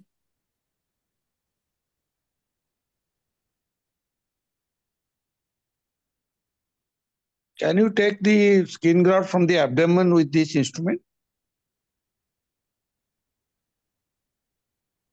Yes, sir. Can you Yes. take? Have you ever taken? We have not taken, sir, but SSG can be harvested from abdomen The back. other special instrument? Dermatomes. Specific name? Paget's dermatome. No. Currently used. Rum dermatome.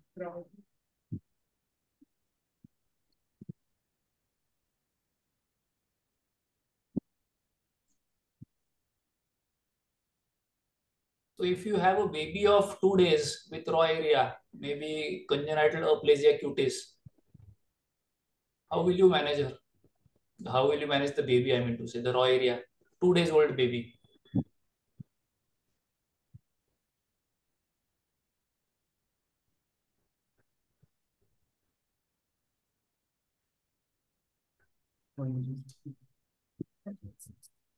This is a very possible clinical scenario, right? The method you can tell. This is a possible clinical scenario. You get 2 days old, 3 days old babies with raw areas. What options do we have for managing these patients? Can you use a mother's graft?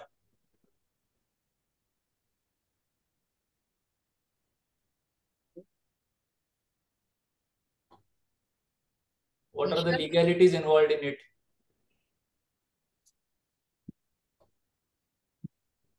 So you can always use a mother's graft with consent, especially till the first 15-20 days, because there are a lot of maternal antibodies which are there in the baby. So eventually that is going to get rejected. There is no doubt about it.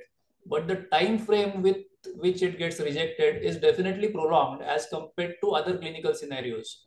So what happens is that between those 2 to 3 weeks where the graft would act as a biological dressing, so it definitely helps in the reduction of protein exudation, pain, and all the other factors which are involved in it. So in these type of scenarios, you can always use a mother's graft, obviously with proper consent and understanding and explaining that it is still a biological dressing. Because 1 day, 2 day old babies, it is very difficult to harvest a skin graft with the help of a Humvee's knife, or for that matter, with the help of anything. So in these scenarios, it is better to use a mother's graft.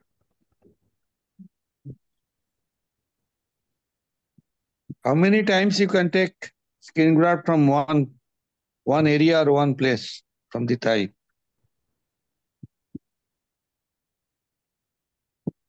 How many times you can harvest the skin graft from one side of the thigh?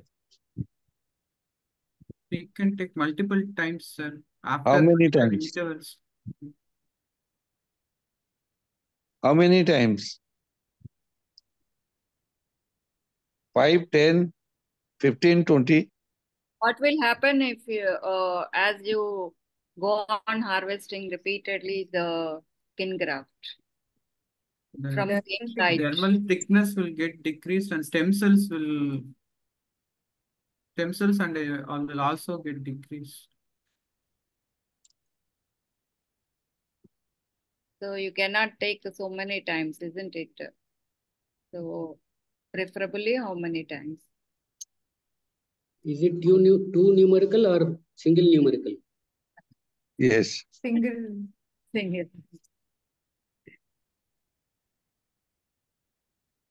Is it 3 times, 5 times? 5 times. Not sure, sir. Not sure. Well, up to 3 times we have been able to, but going up to 5 times is difficult. Okay, sir. Maximum 5 to 6 times, not more than that. Okay. Okay, sir. If it is a scalp and all, you can go for so many times, but thigh, maybe 3 times will be sufficient. And the gap between the two sessions, how long you will wait? Between two harvests, how 4 much weeks. time? 4 weeks. Minimum 4. Yeah. Think time is over. The next session. Oski. Tinel sign is elicited by tapping along. Can you demonstrate on your colleague or on yourself? Suppose if I am seeing for the median nerve, I will start by tapping from the distal end of the median nerve innervation, and I will go tapping proximally along the course of the nerve, ma'am. And wherever the patient will report a sensation of tingling over the distal innervation of that particular nerve. In this case, if I am tapping here and the patient is experiencing tingling over the... Show the on your forearm.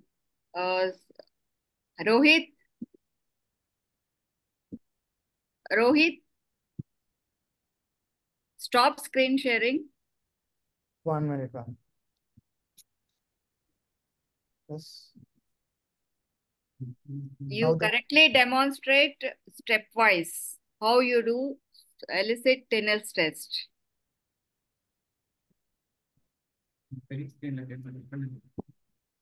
See, you are doing it, Yes, no? you told median or ulnar, whatever it may be. What will you do first? Ma'am, we will tap from distal to proximal end along the course of the nerve.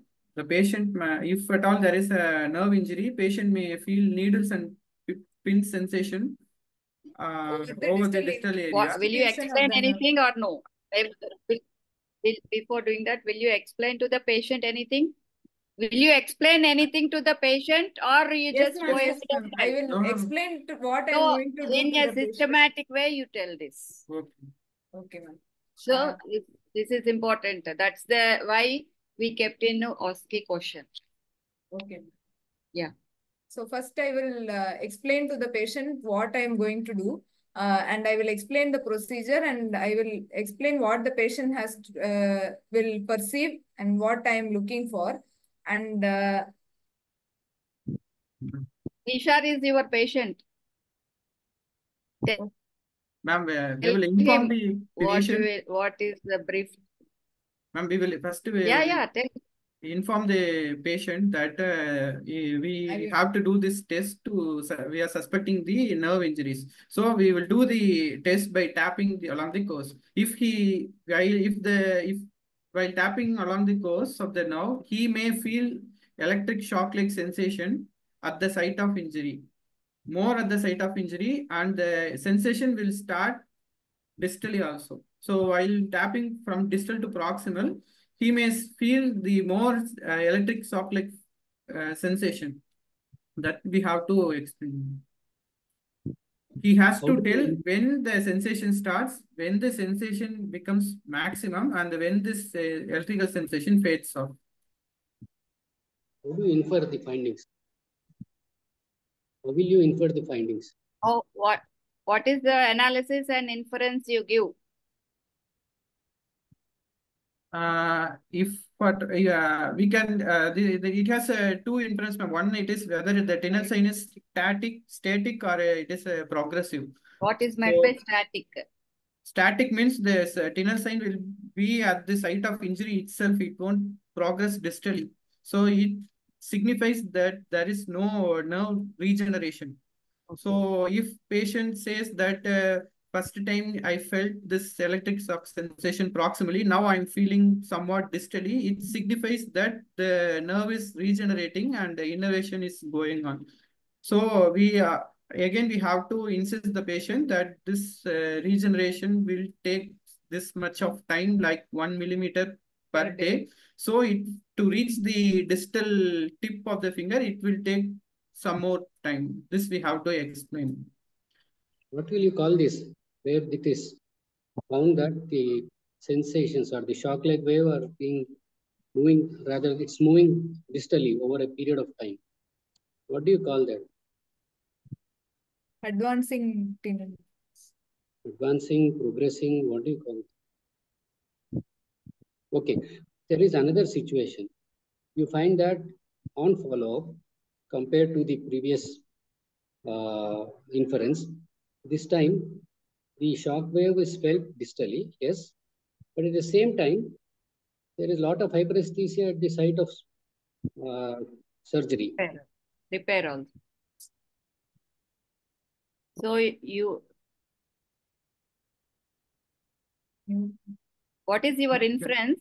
No, we can't understand the question. Our voice is very low. You got the question? Did you understand?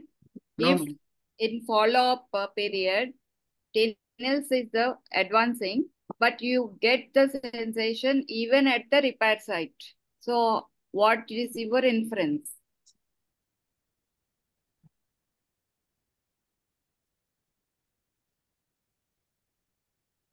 Neuroma in continuity. Yes. Okay. Yes. There was another question. For that, I would like to tell one more point before you start your tapping. You have to surface mark the nerve course. Then you explain, okay? Then you start tapping from distal to proximal, right? Okay. So this you have to follow. Great. Shall we go to the other question in this? Next question. Bowier's test. This test I will check for the patient who has a ulnar nerve palsy, for which the patient will be having a clawing of the ring finger and little finger.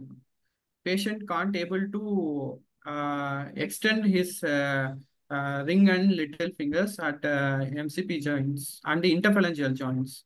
So first, what I will do is I will stabilize the metacarpophalangeal joints. So after stabilizing of the metacarpophalangeal joints, patient will be asked to extend his fingers. What is meant by a stabilization of MP joints? The metacarpophalangeal joint is hyperextended. I will keep it flexed at 90 degrees. That you have to tell. Yes, ma'am. So if I keep it flexed at 90 degrees, if he can able to extend distal interphalangeal and proximal interphalangeal joints fully, then this Bowier's test is positive. If not, it is negative. If positive, I will do the static procedures for this patient. What is the inference of if the PIP DIP extends on the flexion of it is positive. Bowier's positive. What is meant by positive? What inference it is giving? It says that extensor tendons are lax, and because of the laxity, this interphalangeal joint extension is weak. Now, because of the clawing, the extensor tendons are stretched and laxed. So there is not extension at the interphalangeal joints. While stabilizing the metacarpophalangeal joints, this extension is possible because of this stabilization. Anything beyond this extensor? Other reason? Any other reason? No, sir. The joints we have to check. So Joints and ligaments. Is able to put the IPJs in extension. What do you think facilitates this IPJ extension? What is the function? Which lumbricals? Yeah. Intrinsic lumbricals. What do you wish to convey through that?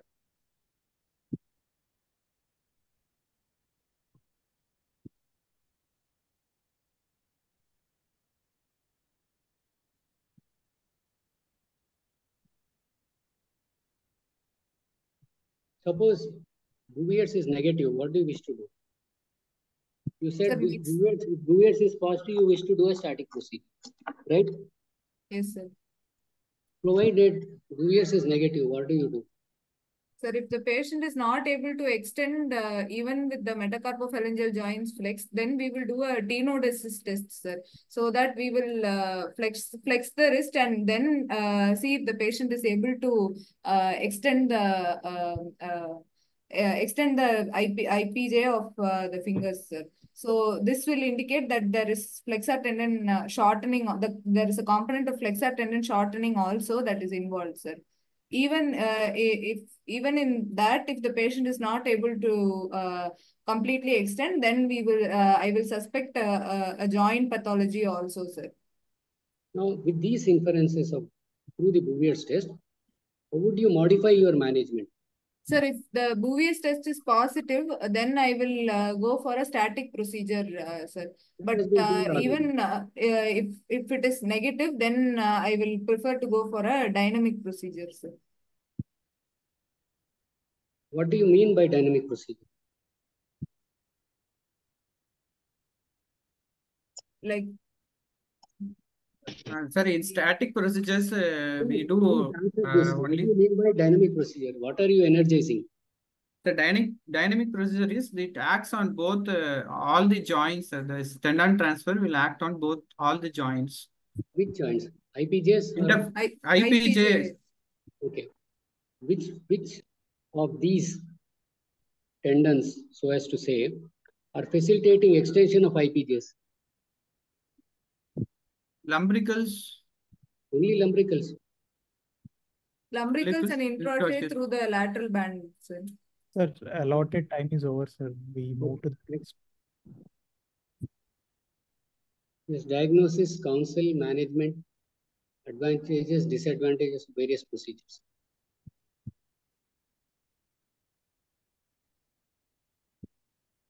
Can you tell your diagnosis in this? Are you around? Yes. Yes, sir. Yes. Diagnosis in this. Carcinoma of right side buccal mucosa involving the commissure and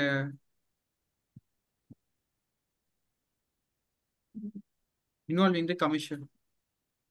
Okay. If you are allowed to examine, what all will you examine? Apart from what is seen, what all will you examine? Sir, I will examine the oral cavities, sir, for any other lesions or for any pre-malignant lesions, sir. And then I will examine the neck for cervical nodes, sir. Okay. Do you think the mouth opening is okay in this?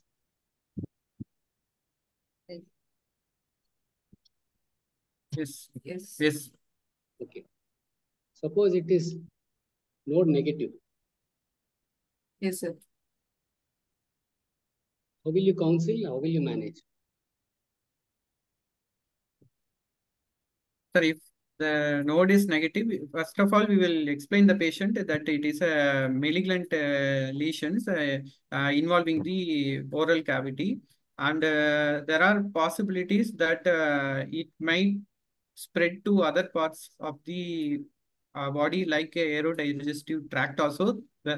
And nodes in the neck also might be possible spread. So I will explain that it has to be resected, removed, and we will send for the tissue biopsy. It will tell whether it is more aggressive or less aggressive. It will tell. And if at all there is a node present, we will take some FNAC from that node also, and we will node negative. Node negative. Then we will say that that only the lesion is present in the oral cavity, that we have to send for the biopsy and we have to check whether it is highly malignant or not. Then other parts of the body, this might have spread like aerodigestive tract, or there is another second lesion which might be present in the aerodigestive tract, which I have to check. There is no second lesion, no metastasis. Only lesion that is there is this. and it's not negative. You are counseling. Yes. How would you proceed? How would you manage this case?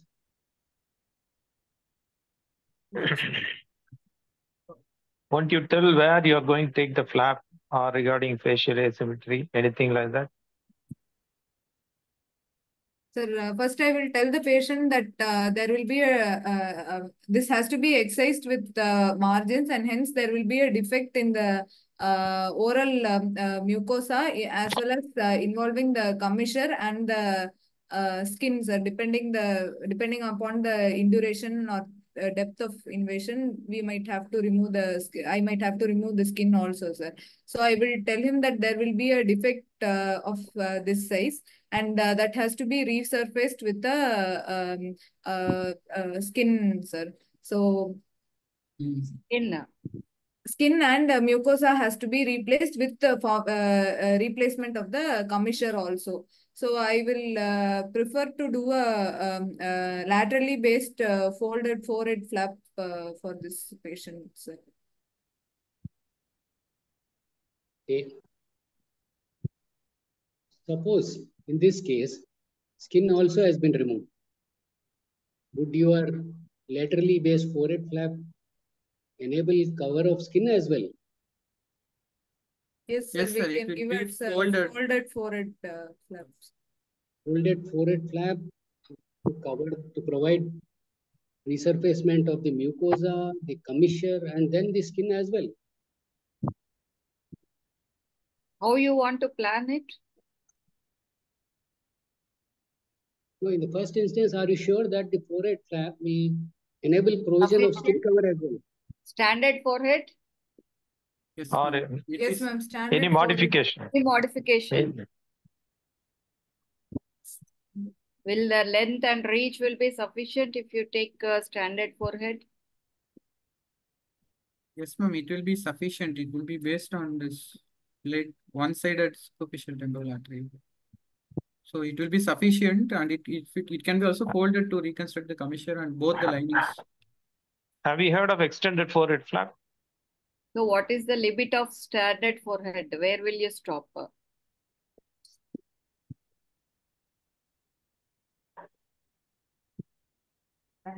So sir is asking extended forehead. So what is the limit of a standard? What is the limit of extended?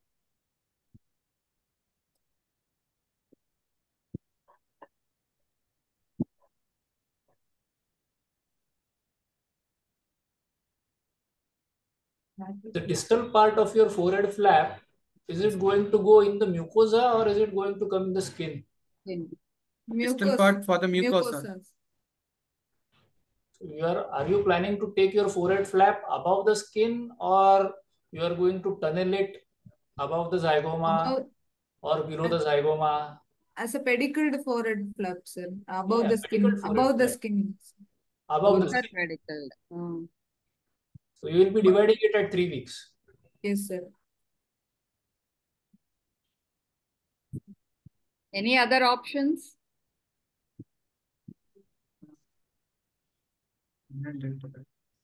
Single stage? Pre-radial forearm flap with the palmar longus to reconstruct this commission. Before we go to that, imagine in the same case, skin is involved, a considerable portion of cheek skin is lost. Rather, it is involved and it would have to be sacrificed. If you are planning forehead, how would you modify this forehead to enable cover of both the skin and the mucosa? We can take a bilobe. I will take a bilobed forehead flap, sir, based on both the frontal and parietal branches. What is the name? Narayanan flap. Suppose in this case, imagine if it had been node positive and they have done radical neck dissection. Would you still go ahead with Narayanan flap?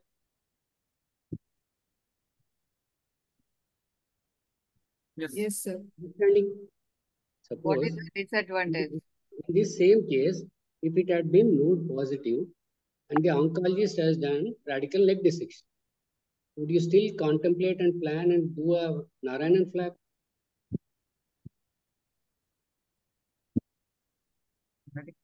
What is the problem if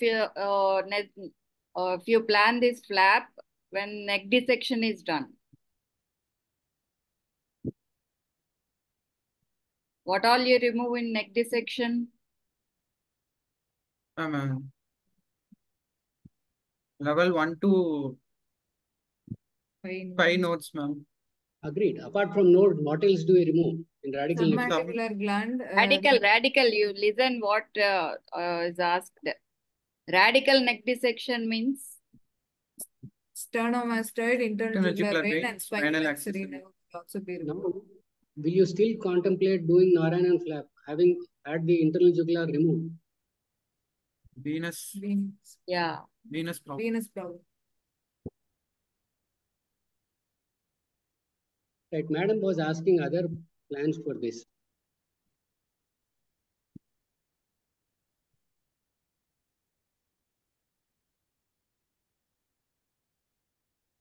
what are the other options? Go ahead. You told one is radial forearm. What are the other options? Time is right. Radial forearm free flap. Second option. We have 1 minute more, ma'am. Yes. Only one. Then PMM pectoralis major myocutaneous flap. Any modification or a single because the skin and with the skin pattern. Called. No, if you have to bring it, you have to bring it onto skin as well, cheek as well. Cheek as well. With the skin paddles. Myocutaneous. Oh, myocutaneous. Yeah. Bipaddle. Bipaddle. Yes, ma'am. Yes. What else? You should tell that area. So many flaps are there. So deltopectoral flap. Only deltopectoral? Will you take deltopectoral into mucosa? Both. Ma'am, what skin for skin lining, deltopectoral, and for mucosa we can have a forehead flap cover. On whose names do they go? The deltopectoral and the pectoralis major. PMMC.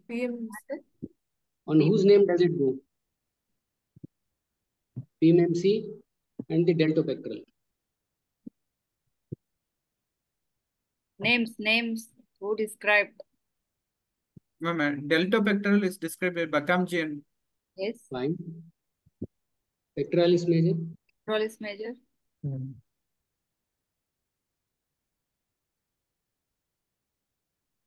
Have you heard of Adrian? Okay. Adrian flap. Suppose bone is involved. Yes, sir. Okay, we are going on to the next question. Right. Okay. Time is over. So just diagnose and tell regarding the documentation.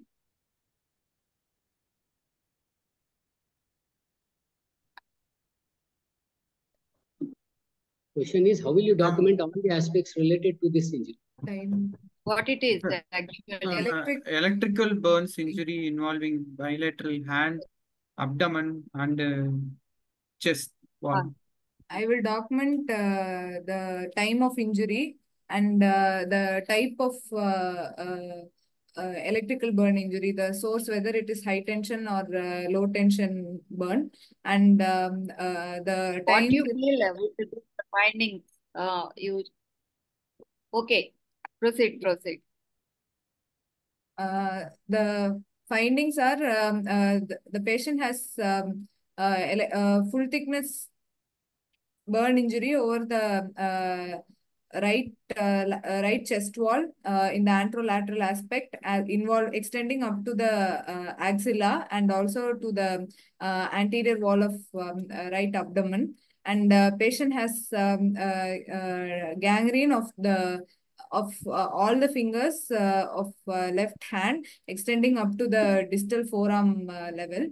And also patient has an eschar over the right distal forearm, which is circumferential, extending up to the ulnar border on the up to the proximal third on the ulnar border. From the history also, I will document the electrocution mode of this electrocution, whether he was actually holding this electrical wires or he was holding some other iron object like arc injury, lightning injuries. and whether he was standing in a height, whether after electrocution he fell down. So such kind of histories I will ask, and I will look for the both contact wounds like entry and exit wounds. I will look for. Then will you be able to salvage the left hand? Not. Sir, left hand I can't able to salvage. Sir, it's already gangrenous. Right hand, there is an a scar present over the distal forearm. It might go in for compartment syndrome. So emergency fasciotomy I will do for the right hand to decompress so that it can be salvaged. Right hand we can salvage. Left hand we have to do amputate. The wound on the right wrist and distal forearm, it seems to be involving almost 2/3 or little more than 2/3. So how would you ensure provision of skin cover? Sir, this electrical burns injury is there is an scar, but the high possibility that it involves the deeper tissues also, sir, because the tendons, nerves are also might get injured. So whatever the structures have been injured, I have to excise and I have to reconstruct later, for which I have to give a cover over the dry area. I will do superiorly based abdomen flap cover for that defects. Will you be able to cover 2/3 of this circumference with superiorly based abdominal flap alone? So the exposed region is over the tendons are exposed more. It's almost 2/3 area involved. Yes, sir. I will do abdomen flap cover. At the time of division, I will use the flap. Insert will be given to the entire circumference. How about the first initial stage? I will give insert only to this overall aspect and more on the radial border, sir. At the time of division, I will give insert to the ulnar border. Are you aware of something called bucket handle flap from abdomen?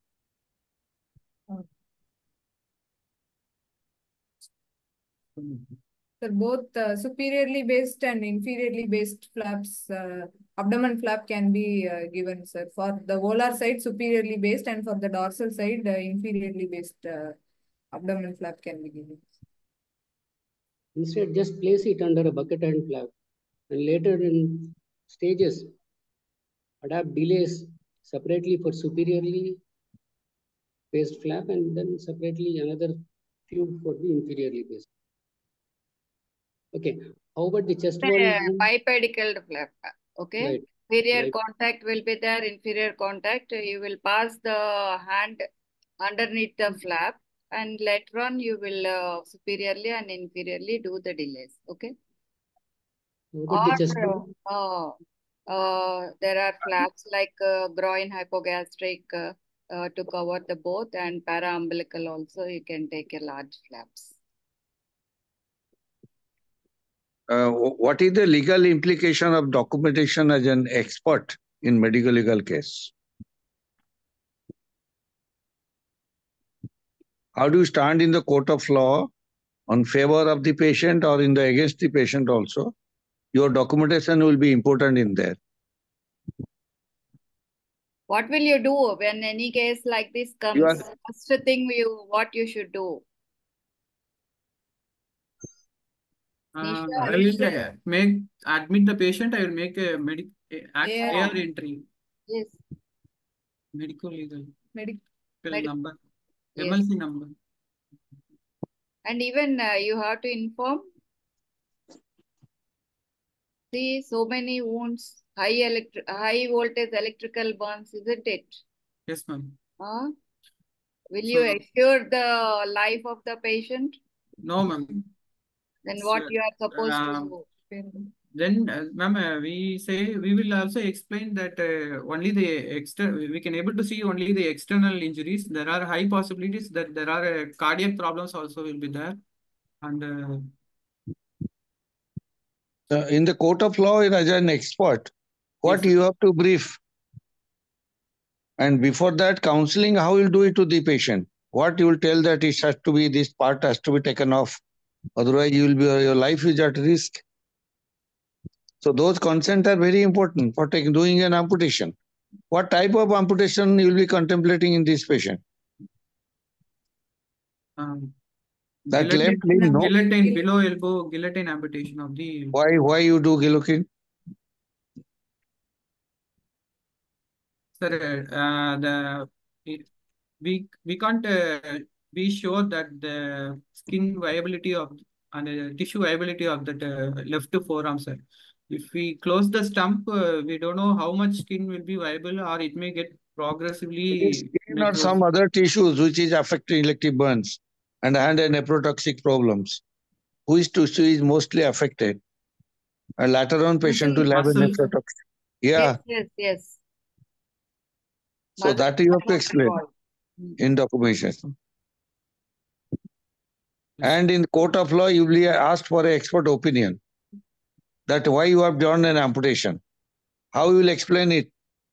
What is your documentation evidence based? Sir, I will say that the hand is not viable because it is gangrenous and there is no movement. So you There is should have no a good pulse. photograph. Patient should have a good photograph of all the parts of involvement. Okay, sir. So that will help you. With the better ticket, you have a schematic diagram of all the documentations. And while doing a amputation, what consent you will take from whom? I will take consent. If patient is unconscious, I will take consent from the close relatives. Like if he has wife, I will take consent from his wife. And one doctor will give consent, or minimum 2 doctors are required. And one orthopedic surgeon has to be involved for a consent. Because should be a plastic surgeon do a amputation, or an orthopedic surgeon will do? Who do the amputation in this case? We do the plastic surgeon do the amputation. No. Amputation has to be done by orthopedic surgeons. Okay, sir. Most of the centers, plastic surgeons only doing, sir. You are doing it? Yes, sir. Electrical burns, especially, we are only doing. Even at Gandhi. But how do you take a consent for doing amputation? Like 2 members, if they have the 2 plastic surgeons can give the things, sir. So consent is taken from all the relatives and from thumb impression of the patient. As a team in teaching institutes, more than 2 faculty will be there in unit. Yeah, that is true. That I accepted. Electrical burns, we are only doing the amputations. They are not doing. But if they want amputation for a traumatic limb, they definitely take our opinion. Okay. Reverse It all is depends. happening. It varies from institutions. Yes, No sir. problem. Yeah. Depending on the load and how they ask. So we are doing. And So one thing, the DD, you have to inform the concerned police through the hospital administration or you yourself, and arrange for the DD also. Okay. So you should mention whether the grievous injury, simple injury, all these are in systematic way should go. Okay. You are once you mainly, you mainly concentrating on the clinical aspects. So we want these other aspects also to be regularly documented. So that is the one reason why this documentation is added in this session. And video consent. Nowadays, there are so many problems. So the critical cases, always better you take a video consent. Okay? Absolutely correct. But the patient wants something after the amputation. As a consultant in plastic, should you advise for something? That also you have to. Upper limb process. Yeah. Upper limb prosthesis, you should advise, because end of the day, patient comes to you first. So obviously your terms will be better with the patient. So you should have a upper limb prosthesis, good prosthesis are available that can be given also. Now in this context, what Ganga prosthesis is there for the hand? what Ganga has devised a prosthesis for the hand, especially magnetic prosthesis. Okay. Do you know about it? Okay, No. it is out of course syllabus. For that you are not evaluated. Please don't mind. I asked for that. So there is a magnetic hand-like prosthesis. The Ganga has developed, Ganga Hospital. Okay. Okay. Imagine in this case, your attempts at salvage of the other hand. See, one is gangrenous, you are amputating. The other hand you have attempted, but you have not been successful. It also has ended in amputation. What would you do to facilitate some function in that? Then both hands are amputated, sir. Yes. Yes. Is there any way that you enable some function? I'm not speaking about prosthesis. Hand transplant. Anything before you attempt that simple method. Have you heard of Krukenberg's procedure? No. You try to facilitate some function, provision of some function by having two posts. Krukenberg's amputation. Have you heard about it? No. You do it in a way that there is one radial and small ulnar post. Yes, sir. Acts like a using fork. a fork. Acts like a fork. Yes, sir. To hold the objects. Nobody does it. Nobody does, but it is described. Nobody does. So Describe how some to old procedures. about it. And the advent of the beautiful process, we don't do it. Yes.